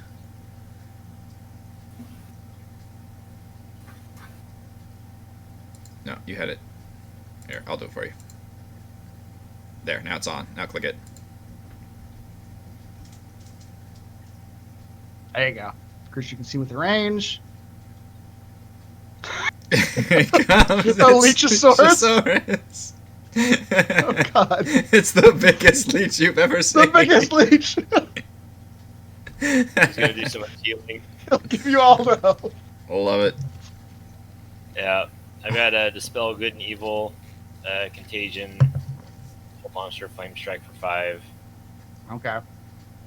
Wow. and Nice. then all my lesser spells. All the lesser spells. Wow. Cleric's in a weird spot where Cleric gets just all the spells. Did you expect that and you then would have the just- highest level spells of all of us as the fucking I frontline didn't cleric? think it. I didn't know about that at all until just now. Yeah. Right. Most advanced. That is fascinating. His beard is becoming mighty. I agree, Chad. It's so. I also can't it stop is, playing it's with the it, quarantine. It's the quarantine beard, and that fool underestimated or overestimated How long the our quarantine- country's ability to fight this quarantine. I thought 3 months. I legit thought it Yep. would be a 3-month beard. We all We're going on did. to 5 now, folks. It's yeah. He's gonna stop. He's gonna start getting stopped at airports pretty soon, Right. sir.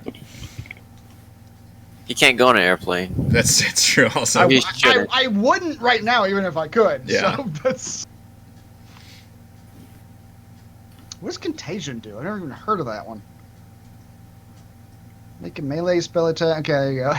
Jesus. There you go. Really just- Farming witches. I want you to Sorry. delete everything and just to mention the flavor text, and we don't know fuck all what it does. And you're just like, Well, leeches. I did that a little bit in that campaign, and no one could remember what it did. That's right. We were all like, what does this spell do? Yeah. So I actually went back today to look at some of those spells to see what I'd written. And wrote those, copied those descriptions into those spells, and added some more. Duration 7 days? You literally just If it- inflict a long-lasting disease on somebody? That's what it looks like. That is very If they leech fail- appropriate. If they fail 3 times in a row, it stays for 7 days. Oh, okay. Wow. What kind of saving throw? A Constitution saving throw. Okay. Jeez. Wow. Yeah, that's All right. That's very cool. That's a lot of spells. That's a lot of spells. You got, yeah. I don't know how you manage that I many hit that button. spells My at this bad. point. All right. That's a good spell, though, Hither. I know. Mm-hmm. I didn't mean to hit that button. My bad. All right, Raymond. What is Kethra capable of at level 13? So, are we essentially kind of going like level by level, sort of? Sure. Like what feats you've taken, what buffs you've taken, what Alright. class stuff you have. Yeah. So yeah, she starts off with her usual, like Thieves Can't, sneak attack. But level 3, she... Wait, how big is your sneak attack right now? It's 7d6 Holy shit. at level 13. I I saw- want to okay, see what that roll- looks like. I want you to roll that. Before we started, I saw a roll that just said Kethra's sneak 36. And I was like, what? How does he have like a? I was like, stealth doesn't say sneak, That was just the sneak attack. just the sneak attack. There, yeah, that. That's Wow. insane. That's a big number. Oh yeah. It Yep, is. it's a lot more than what my weapon would do. Right. That's weird. So yeah, she gets that, and so level 3 is when you get to pick assassin. She's already proficient in Thieves' Tool being a rogue, but you also get to be proficient in Disguise Kit and Poisoner's Kit. So that'll be fun. Yeah. You know what the fans want. They want a reprise of fucking Yes. convincing a bunch of Well, folks to kill the I mean, church. It really lies with the story we left off the last time. You know, getting really good at disguises. Mm-hmm. So it worked out. And then of course Assassinate, which we have seen plenty of times with class. Right. Yeah. We'll still Um, ask you how it works every time, though, as we do with Kaless. 'Cause we never did nail that down. That's right. It's right there. Should you have assassinate right now, or should you not? Are they surprised? I don't know. I know, right? Is it surprised? Can I sneak up on them? Mm-hmm. Right. as I level up, I 4 times get ability score increases. So I pumped 2 points into dexterity, give me a +4 modifier. And then I was like, well, she should be a wise teacher and be good at disguises. So I reluctantly put in 2 points in wisdom and 4 points in charisma. Wow. Try Okay. to put those up a little bit. Yeah, You just made yourself not bad at anything. You're I'm solid looking. at everything. The lowest stat is a 12. Yeah. Pretty That's much an all-arounder, yeah. Yeah, I got a lot of perks by being like half elf. You get ability score increase for just being a half elf as well. Right. And so continuing on, she gets her usual like uncanny dodge, evasion, blah blah. Your fucking deception. This is my favorite part of Raymond's character sheet. Your deception is a +12. He is going to be into some shenanigans with a +12. Yeah, because at level 1 and level 6, I get expertise, so I get to choose essentially 4 skills where I become expert. Oh, right. Yes. So I pick deception. Which expert only becomes even more powerful the higher level you get, because it just keeps doubling the proficiency bonus. Yep. But the new things for assassin are infiltration, expertise. We don't seem like the kind of party who would use it, but I had to spend a week studying a person to come up with a disguise, not of that specific person, but like a profession or something. Like I could be an awesome, I don't know, a week, rare gem specialist or something, So right. I can't be someone specific, but just official looking, a member of that community sort of thing. Yeah. And I can even keep that disguise, and everyone believes me unless there's like really obvious reason they can't believe me. Mm-hmm. But it takes a week and 25 gold. You and I can talk offline. Maybe you have picked up some of these before this adventure starts. Yes. It seems like kind of like druid shapes, where like you just have to spend some time doing it, and then you have it in your pocket. Yes, one of them is a cook. Okay, excellent. I've already picked. It's the Born Identity where he opens the billfold and he's got all the passports and the character IDs. Yeah. Fantastic. Okay. Come on, you can set a limit how many I've got, but I know cook is one of them. Goes along with my poisoner's kit. Anyway. It's gonna happen. We're gonna poison some quesadillas. I know, right? I mean, I still don't know exactly what this campaign involves. If there is food involved. God, I hope so now. If there aren't quesadillas, we're out of here. Ooh, here's a good one. Level 11 rogue, reliable talent. Oops.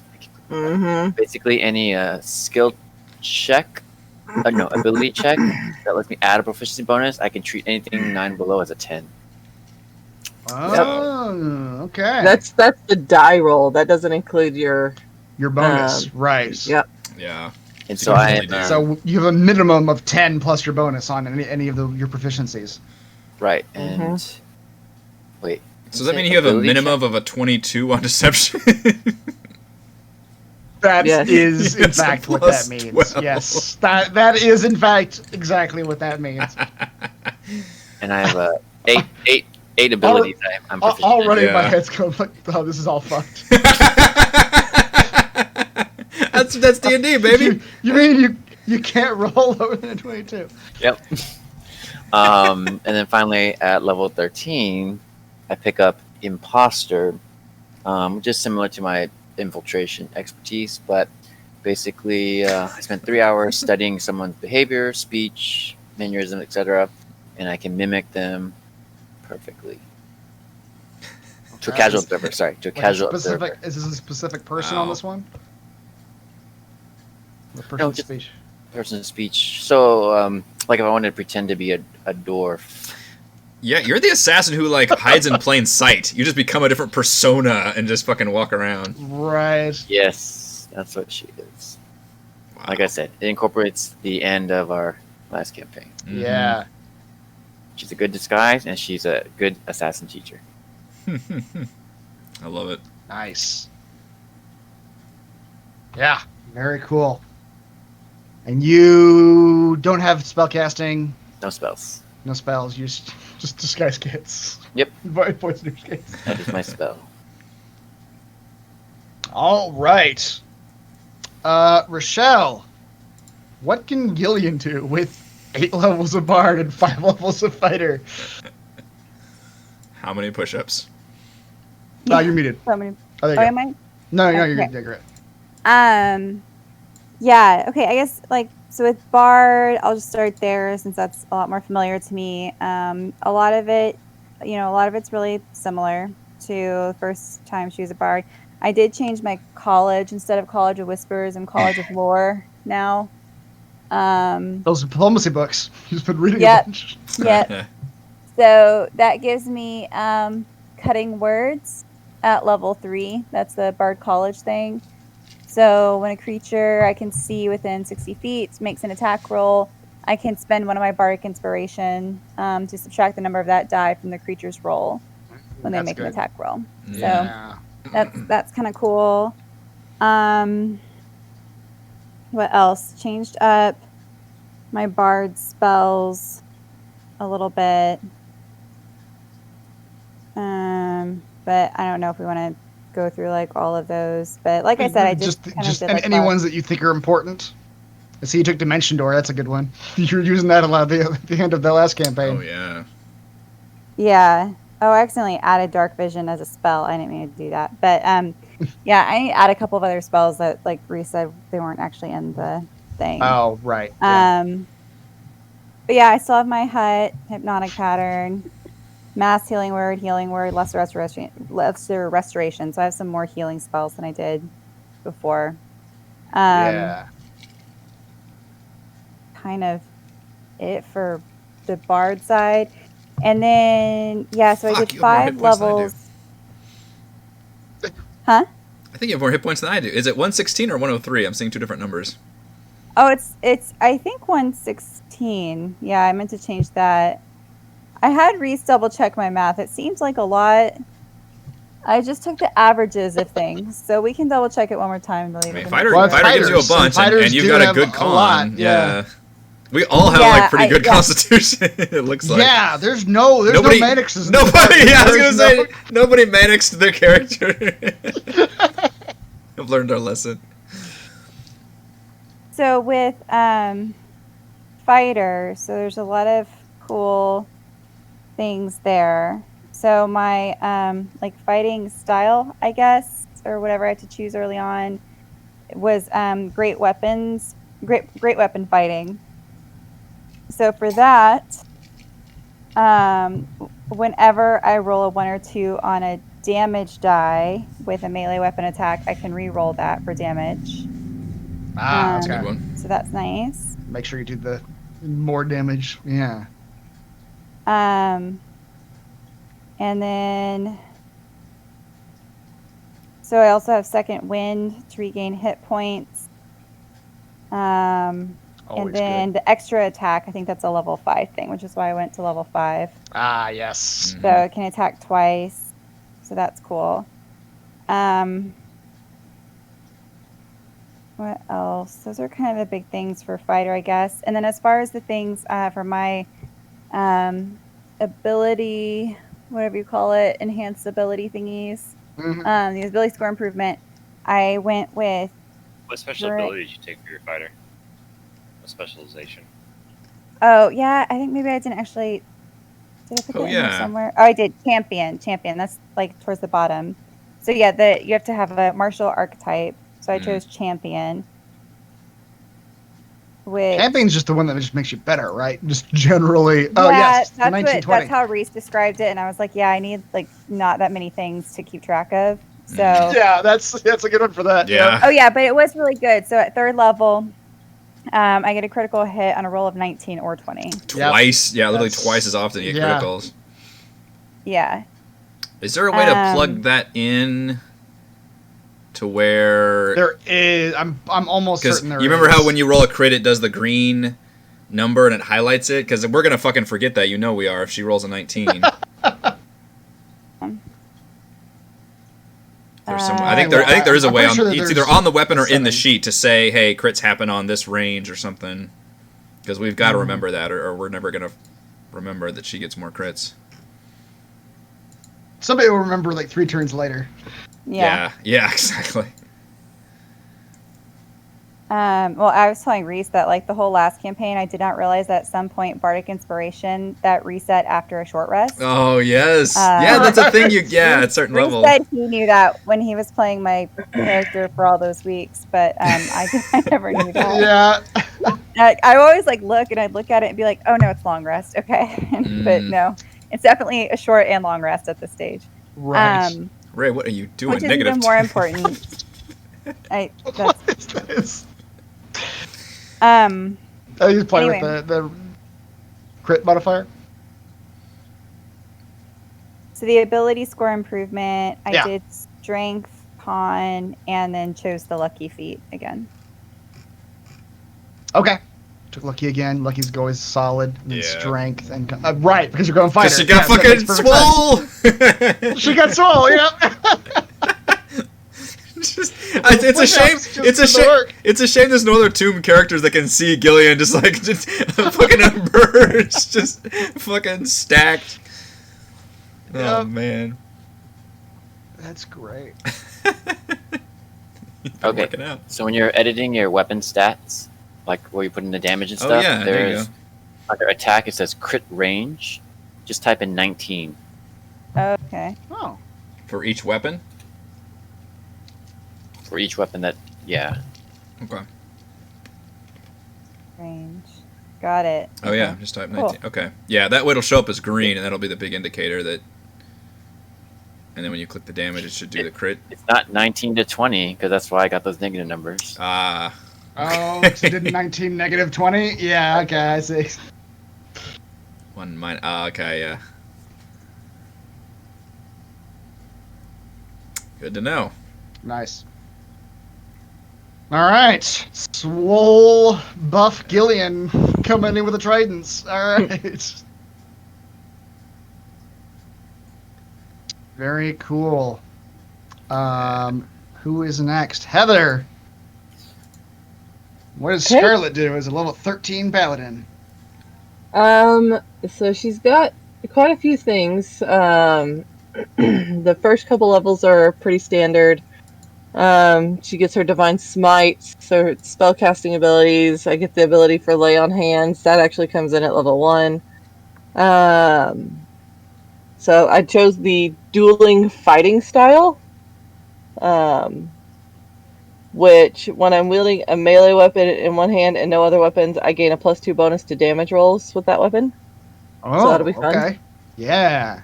So you're kind of married to the board and sword style of fighting, then, aren't you? Yeah. Okay. Yeah. Just like Gillian's now married to the two-handed weapon because she took that feat. So it's like, Yep. So it's all about that courage, getting in there, going, banging the shield, getting the courage. So for at 4th level, I went ahead and took the alert feat. So, I did it for 2 reasons. One, yes, just to fuck with you for you not being able to surprise me. The second reason I took it is because at that point in time, I had a negative 0.91 modifier for having a initiative. So the alert feat gave me +5 to my initiative, which now puts me at a positive 4.09. It's the opposite of your super dexterous rogue is your super non-dexterous paladin. Yeah. So there was the... Alright, I'm going to totally screw Chris with this because unless I'm unconscious, he can't surprise me. And then really it was the... I don't want to be going last every time. This time, with a 4 modifier, I might get to go before a bad guy every now and then. Yeah. I would very much like to have seen you roll a 1 on initiative and see a negative number in the tracker. That would have been funny. But... Yeah. You could go. I think I actually did that whenever we were doing everything, and yeah, you could go back and see that probably. Yeah. I got an extra attack at level 5, so this will be fun. I can attack twice. Yeah. Without having to use my reaction to do it. And then starting at 6 is when I started to get all of my auras. So this is why everyone will like having me around. So I have 3 different auras through everything. I have the Aura of Protection, which did I actually hit the button? I did. Look at that.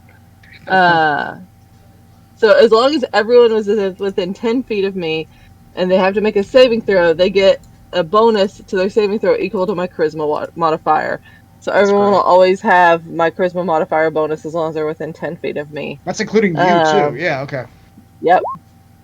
And then the Aura of Devotion. As long as you, again, are within 10 feet, you can't be charmed while you're conscious, which will be great. And then the Aura of Courage. Dear Lord. So you can't be frightened while you're conscious. Now, Heather, I am going to leave it up to you to remember all these things are on. I will not. If you let me get away with it, I will frighten every one of you. I know. And then just for me, I also have Divine Health, which means I can't be, I think it's poisoned. I'm immune to disease. You could, on her token, you can turn on a colored aura that extends 10 feet from her token. That would be a visualization, and only you and her, I think, would be able to see it. Unless you select everybody to be able to see it, but we don't have, none of us have to see it. But if she sees it and you see it, that would be a really good indicator. Yeah, I can absolutely do that.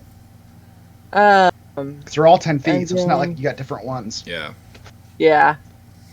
So at 7,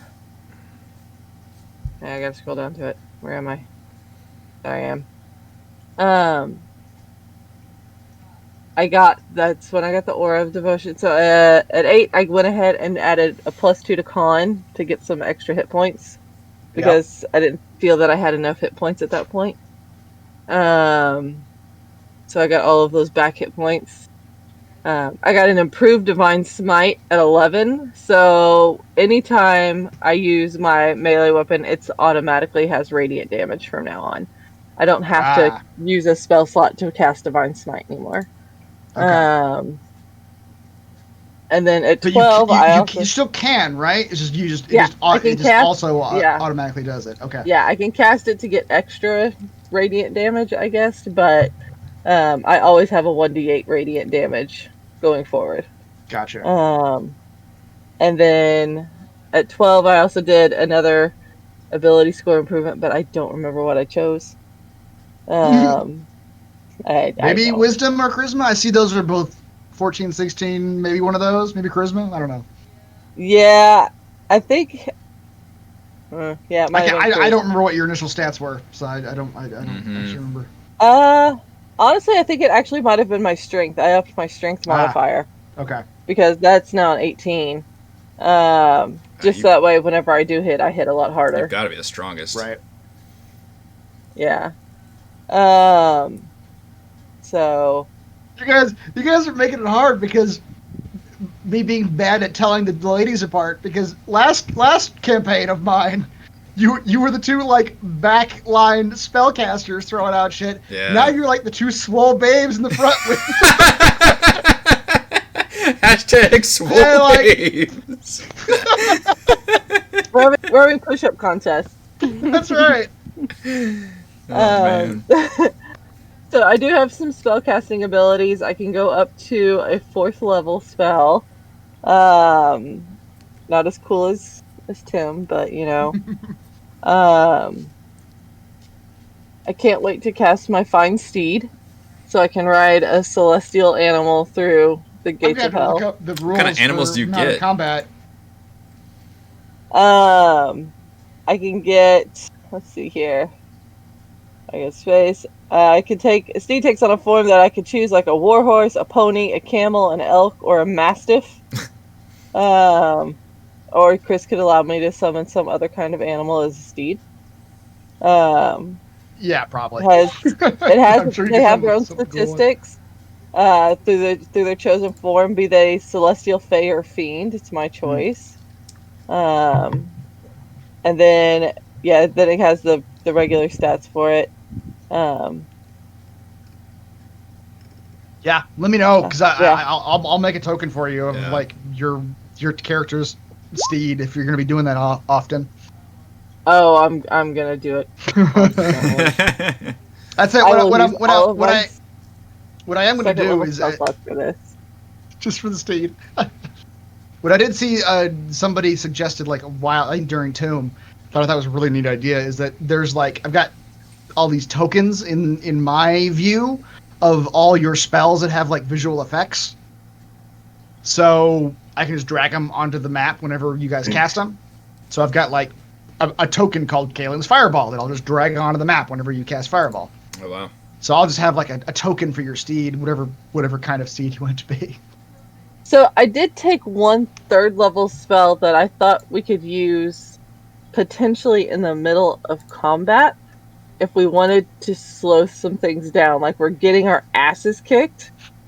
I think it's this one. Yeah, I think it's this one.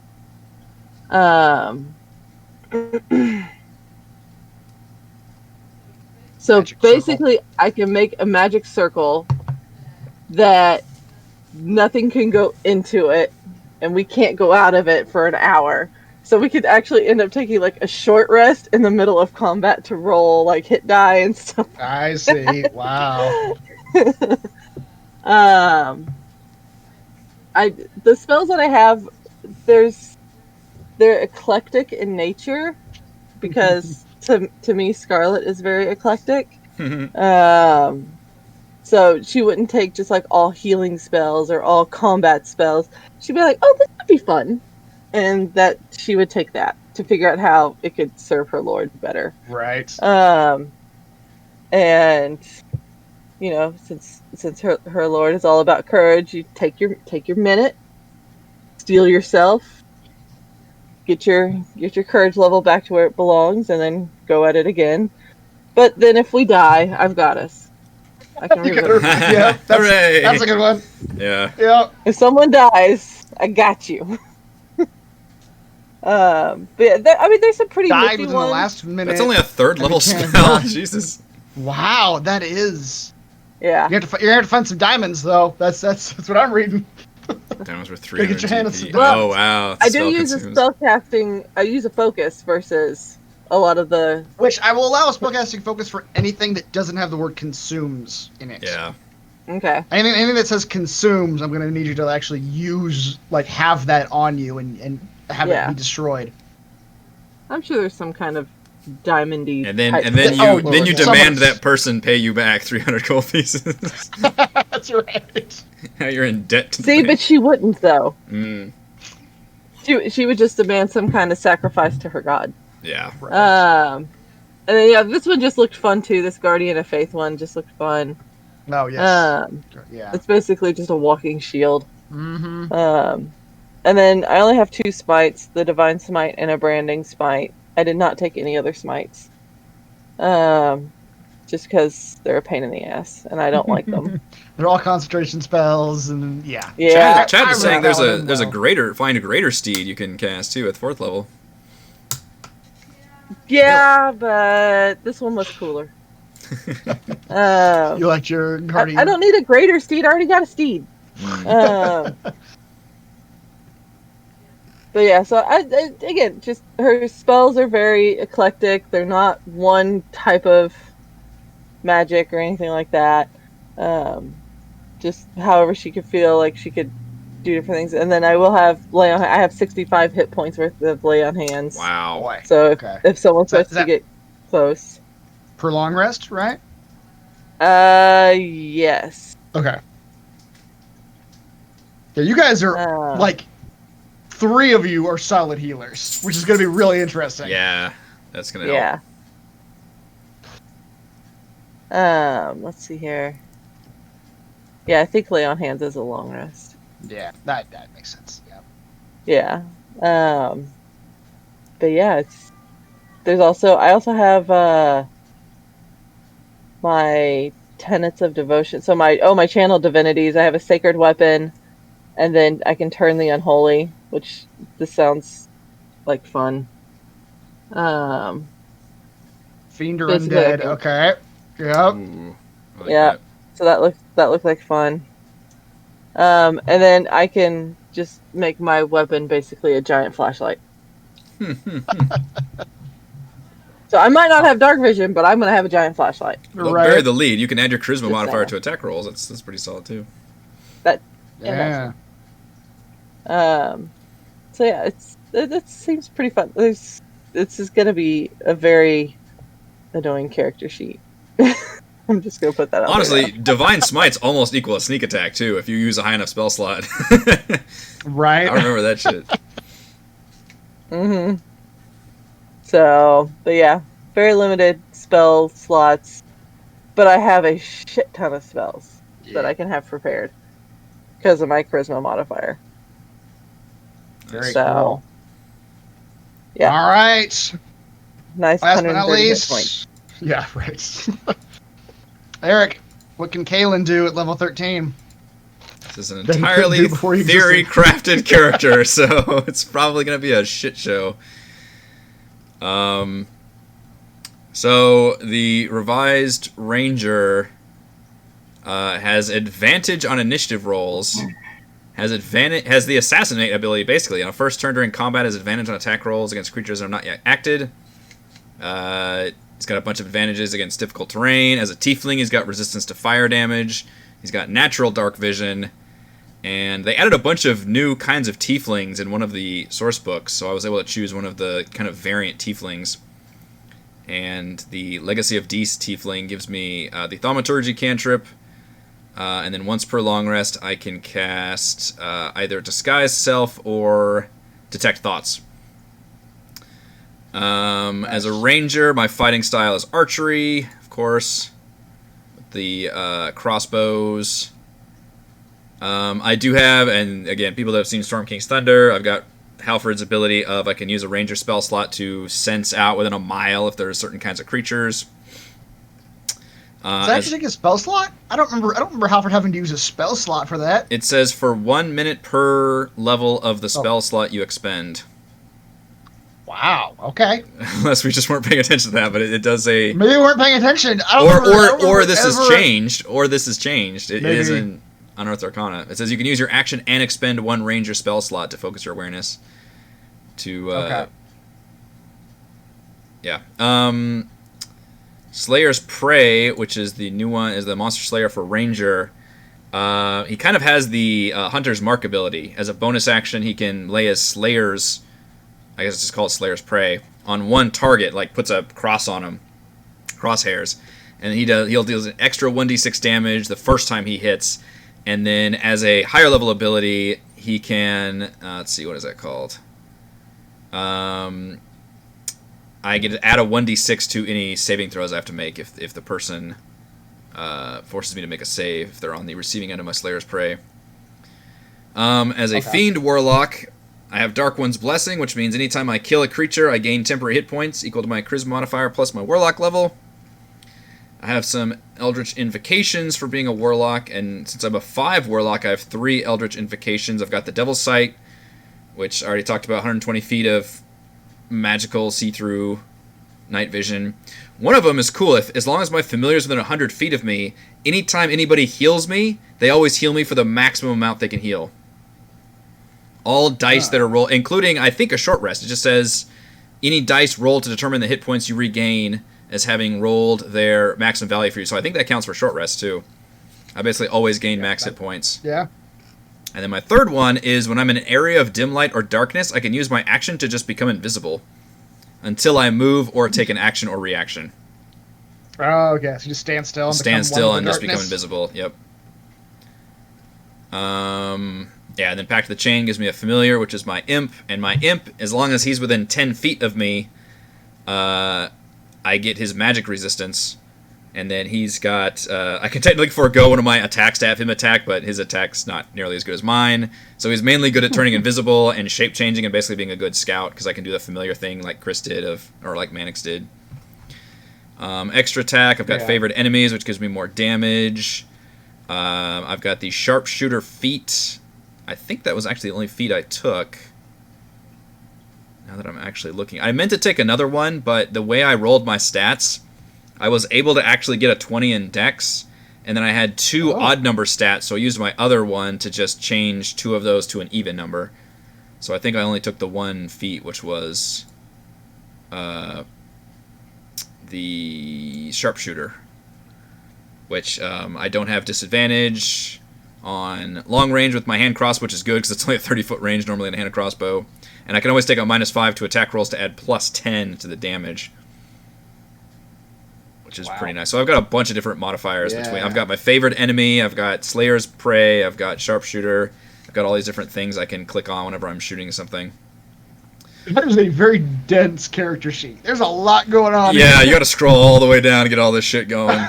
Yeah, I know. It's all theory crafted. I have no idea what's gonna work out. Right. He normally wears studded leather armor, so even though the ranger can wear medium armor, light armor actually works better because my dex is so high. So I actually wear light armor when it makes sense for his garb. Seems more light armorish.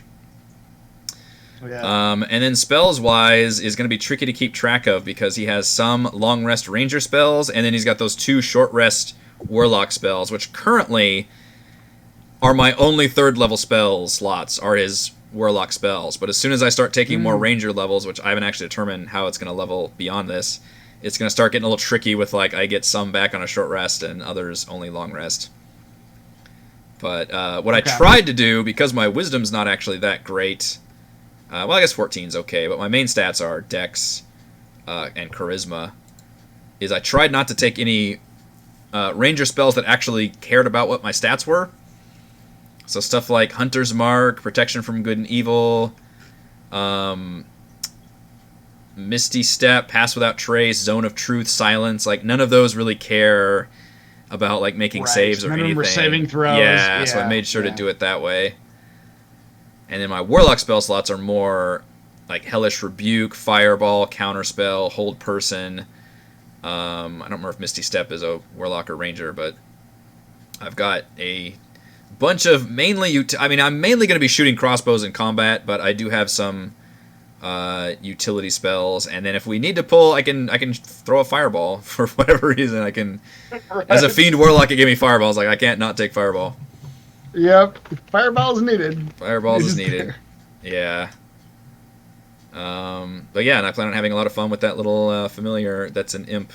Yeah. Who's just kind of a total, like, little hedonistic, kind of an asshole, but who enjoys being in the partnership because he gets to just be violent and kill other demons. Nice. Yep. We get plenty of opportunities. Mm-hmm. Did you say you were using the Unearthed Arcana version? Mm-hmm. So for Halfred, his radar was the Primeval Awareness. He could only detect his favorite enemy when he did that.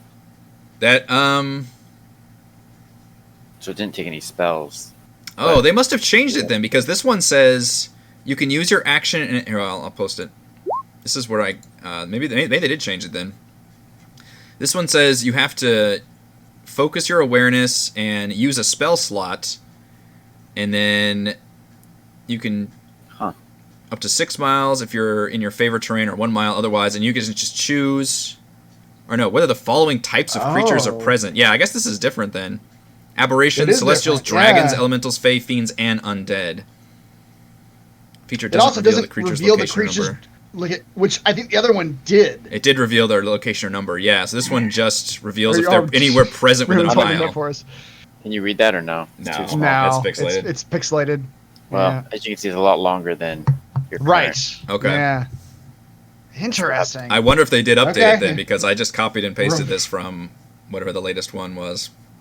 Revised it again. They revised it again, yeah. So it does take a spell slot, and it doesn't tell you the location or the number, which is a lot more limiting. So I don't know how often I would use that, because if you're in a dangerous area, you're just like, well, there's this, and this. You're like, okay. Yeah, everything's around you. Yeah. But yeah, the useful stuff is... and then I won't have to, make up some... Yeah, fucking, there's Yetis. I guess there's Yetis over there. I don't know. There's Yetis, because why not? Because why not? Yep, so I am mostly Dex. And I've actually got good, perception, insight, and stealth. So I'm a ranger warlock, but stat wise I'm closer almost to a rogue, I guess. Yeah. And it sounds like I'm the only character that's specifically not frontline. Also, it sounds like it. Like I can be the only one that does not want to get up in the front. Yeah. Although because I've got I think the other feat I took was crossbow expert. Sorry, I did take one feat. Yeah, crossbow expert, obviously. Yeah. So I guess I only had to use one or whatever the other ASIs were, but I did take crossbow expert, which means Gillian is handing off her crossbow. Yeah, which means I can attack people in point blank range. Right. And my hit points and armor class aren't that bad for being a backline. So. Right. But yeah, that's kind of nuts. I didn't expect everybody to be like rushing past me, so I'll have a good time back here. That's right. Surely no one will come up behind you. Surely not. That'll never happen. Your little imp will just be making fun of you for being in the back the whole time. I may have the best passive perception though, 17. Well, that's a good question. Let's write those down at some point. The only one who would high wisdom is what controls that, right? Yeah. Mine's a 16. Okay, that's pretty good. Does the alert feat doesn't actually give you more passive perception, does This it? might be big then. Yes, it does. Oh wait. It would make sense if it did. Oh, it's initiative. It's initiative. No. Plus 5 to initiative. Whatever I took, not alert, but whatever I took earlier gave me a +5. That's right. Yeah, that must have been a different one. Sentry or something, I guess. Yeah. Okay. It's a +5 to initiative. So yeah, you're right. You are the highest. Kether's right behind you with the 16. Okay. But yeah. Yeah, am I the only one with a Alright. 20? That's okay. Everybody's very well-rounded. It's interesting. And a lot of Yeah. overlapping and Yeah. well-rounded characters and not like those straight specific character roles. Yeah. There's not a lot of obvious weaknesses in each character. It's Yeah. we got some. We have a few negative. My dump stat was definitely intelligence and strength. I'm not good at I definitely have a negative intelligence. Right. Only slightly. Who has a high intelligence here? I don't think anybody actually. I think Scarlet needs has a decent intelligence, one. right? Oh, really? Oh, do I? Let's see. It helps you with skills. Okay, Basically. If you're not a wizard, or an artificer, then it's just skills. It's just a skill thing. No, my intelligence is 11. Oh, So that's +0. So. Yeah. yeah, maybe everybody is kind of lower. I'm going through them. -1, 0. Mine's a +2. Oh, yeah. Oh, yeah, Kethra actually Kethra. is probably the smartest of all of you. Yeah. You are the most well-rounded. Yep. All right. Well, that about does it for everything I had on the agenda. Anybody have any questions or anything you want to talk about before we cap it off? So presumably we're getting some equipment next session, then hopefully, or you're going to I deal will with that. actually put equipment in your character sheets for next time, because I Okay. don't want to get bogged down next week and me telling you okay, now put this in your character sheet. Now put this in your character sheet. Okay. When you get to session 1, you will have equipment in your character sheet. You won't necessarily have it story wise, because there's got to be a prologue before you actually get to where you're at. But just to save some time, because I don't want to make people do entry in the middle of the session. Yeah. I'll just dump it in there. Yeah. Cool. I have all the All confidence right, in our well, team. It's a solid team. It's a very hard hitting, very aggressive frontline-esque team here. Yeah. I'm here for it. We dare you to see take how us you out, guys DM. do. That's right. I dare you. All right. Well, we start the music. Yeah. So future Well, we'll do. thank you to. Good. Sorry, go ahead. I was gonna say in the Thank future you to we'll do Reese. our MVPC polls at the end of the Oh, session, yes, for and sure. then we are also gonna do post-session post-mortem streams. Pretty much. Music is about to get loud on you. Oh, sorry. Yeah, I was gonna mention this at the end for everybody watching, but that's our plan for future sessions. Is we'll get on bare minimum me and Chris to do a post show, kind of similar to how I do Crafting Annihilation, but just a post mortem talk about how that session was. And we don't have a firm time on when that's going to start or when it's going to end. kind of depends on what the session just was, but that's something that will be like, hey, we're going to end this session, and we're going to move over to another actual event session set up, and we'll jump in there for some determined amount of time, and then just for a fun like chance. And that'll be a chance for us to chat with the chat and like just go over a kind of post-show discussion. Right. But that will be starting with session 1 next week. Okay, sorry. Go ahead. I meant to say that. Well, something that chat just brought up that I kind of covered when I was asking you guys what you were kitted out with in the adventure, but we didn't. This was actually on my agenda, but I just sort of lumped it in there. Wish list magic items. If there's anything that you guys like something that would just go great with your character. Oh boy. No, I'm not telling you you're gonna get them, but I'm just. Like the kind of. Is there anything like that? Kind of magic items, yeah, just like something, or not even kind, but like something that like, I would love a magic item that gives me plus to this, or that kind of thing. Okay. Or maybe a specific weapon, or whatever, that kind of that. Should we start it off with, Dear Santa, Please. please Call give me Santa. Please call me Santa. I mean, I didn't actually prep you guys for this, so you may not have any ideas off the top of your head, but no. If you think about them, let me know.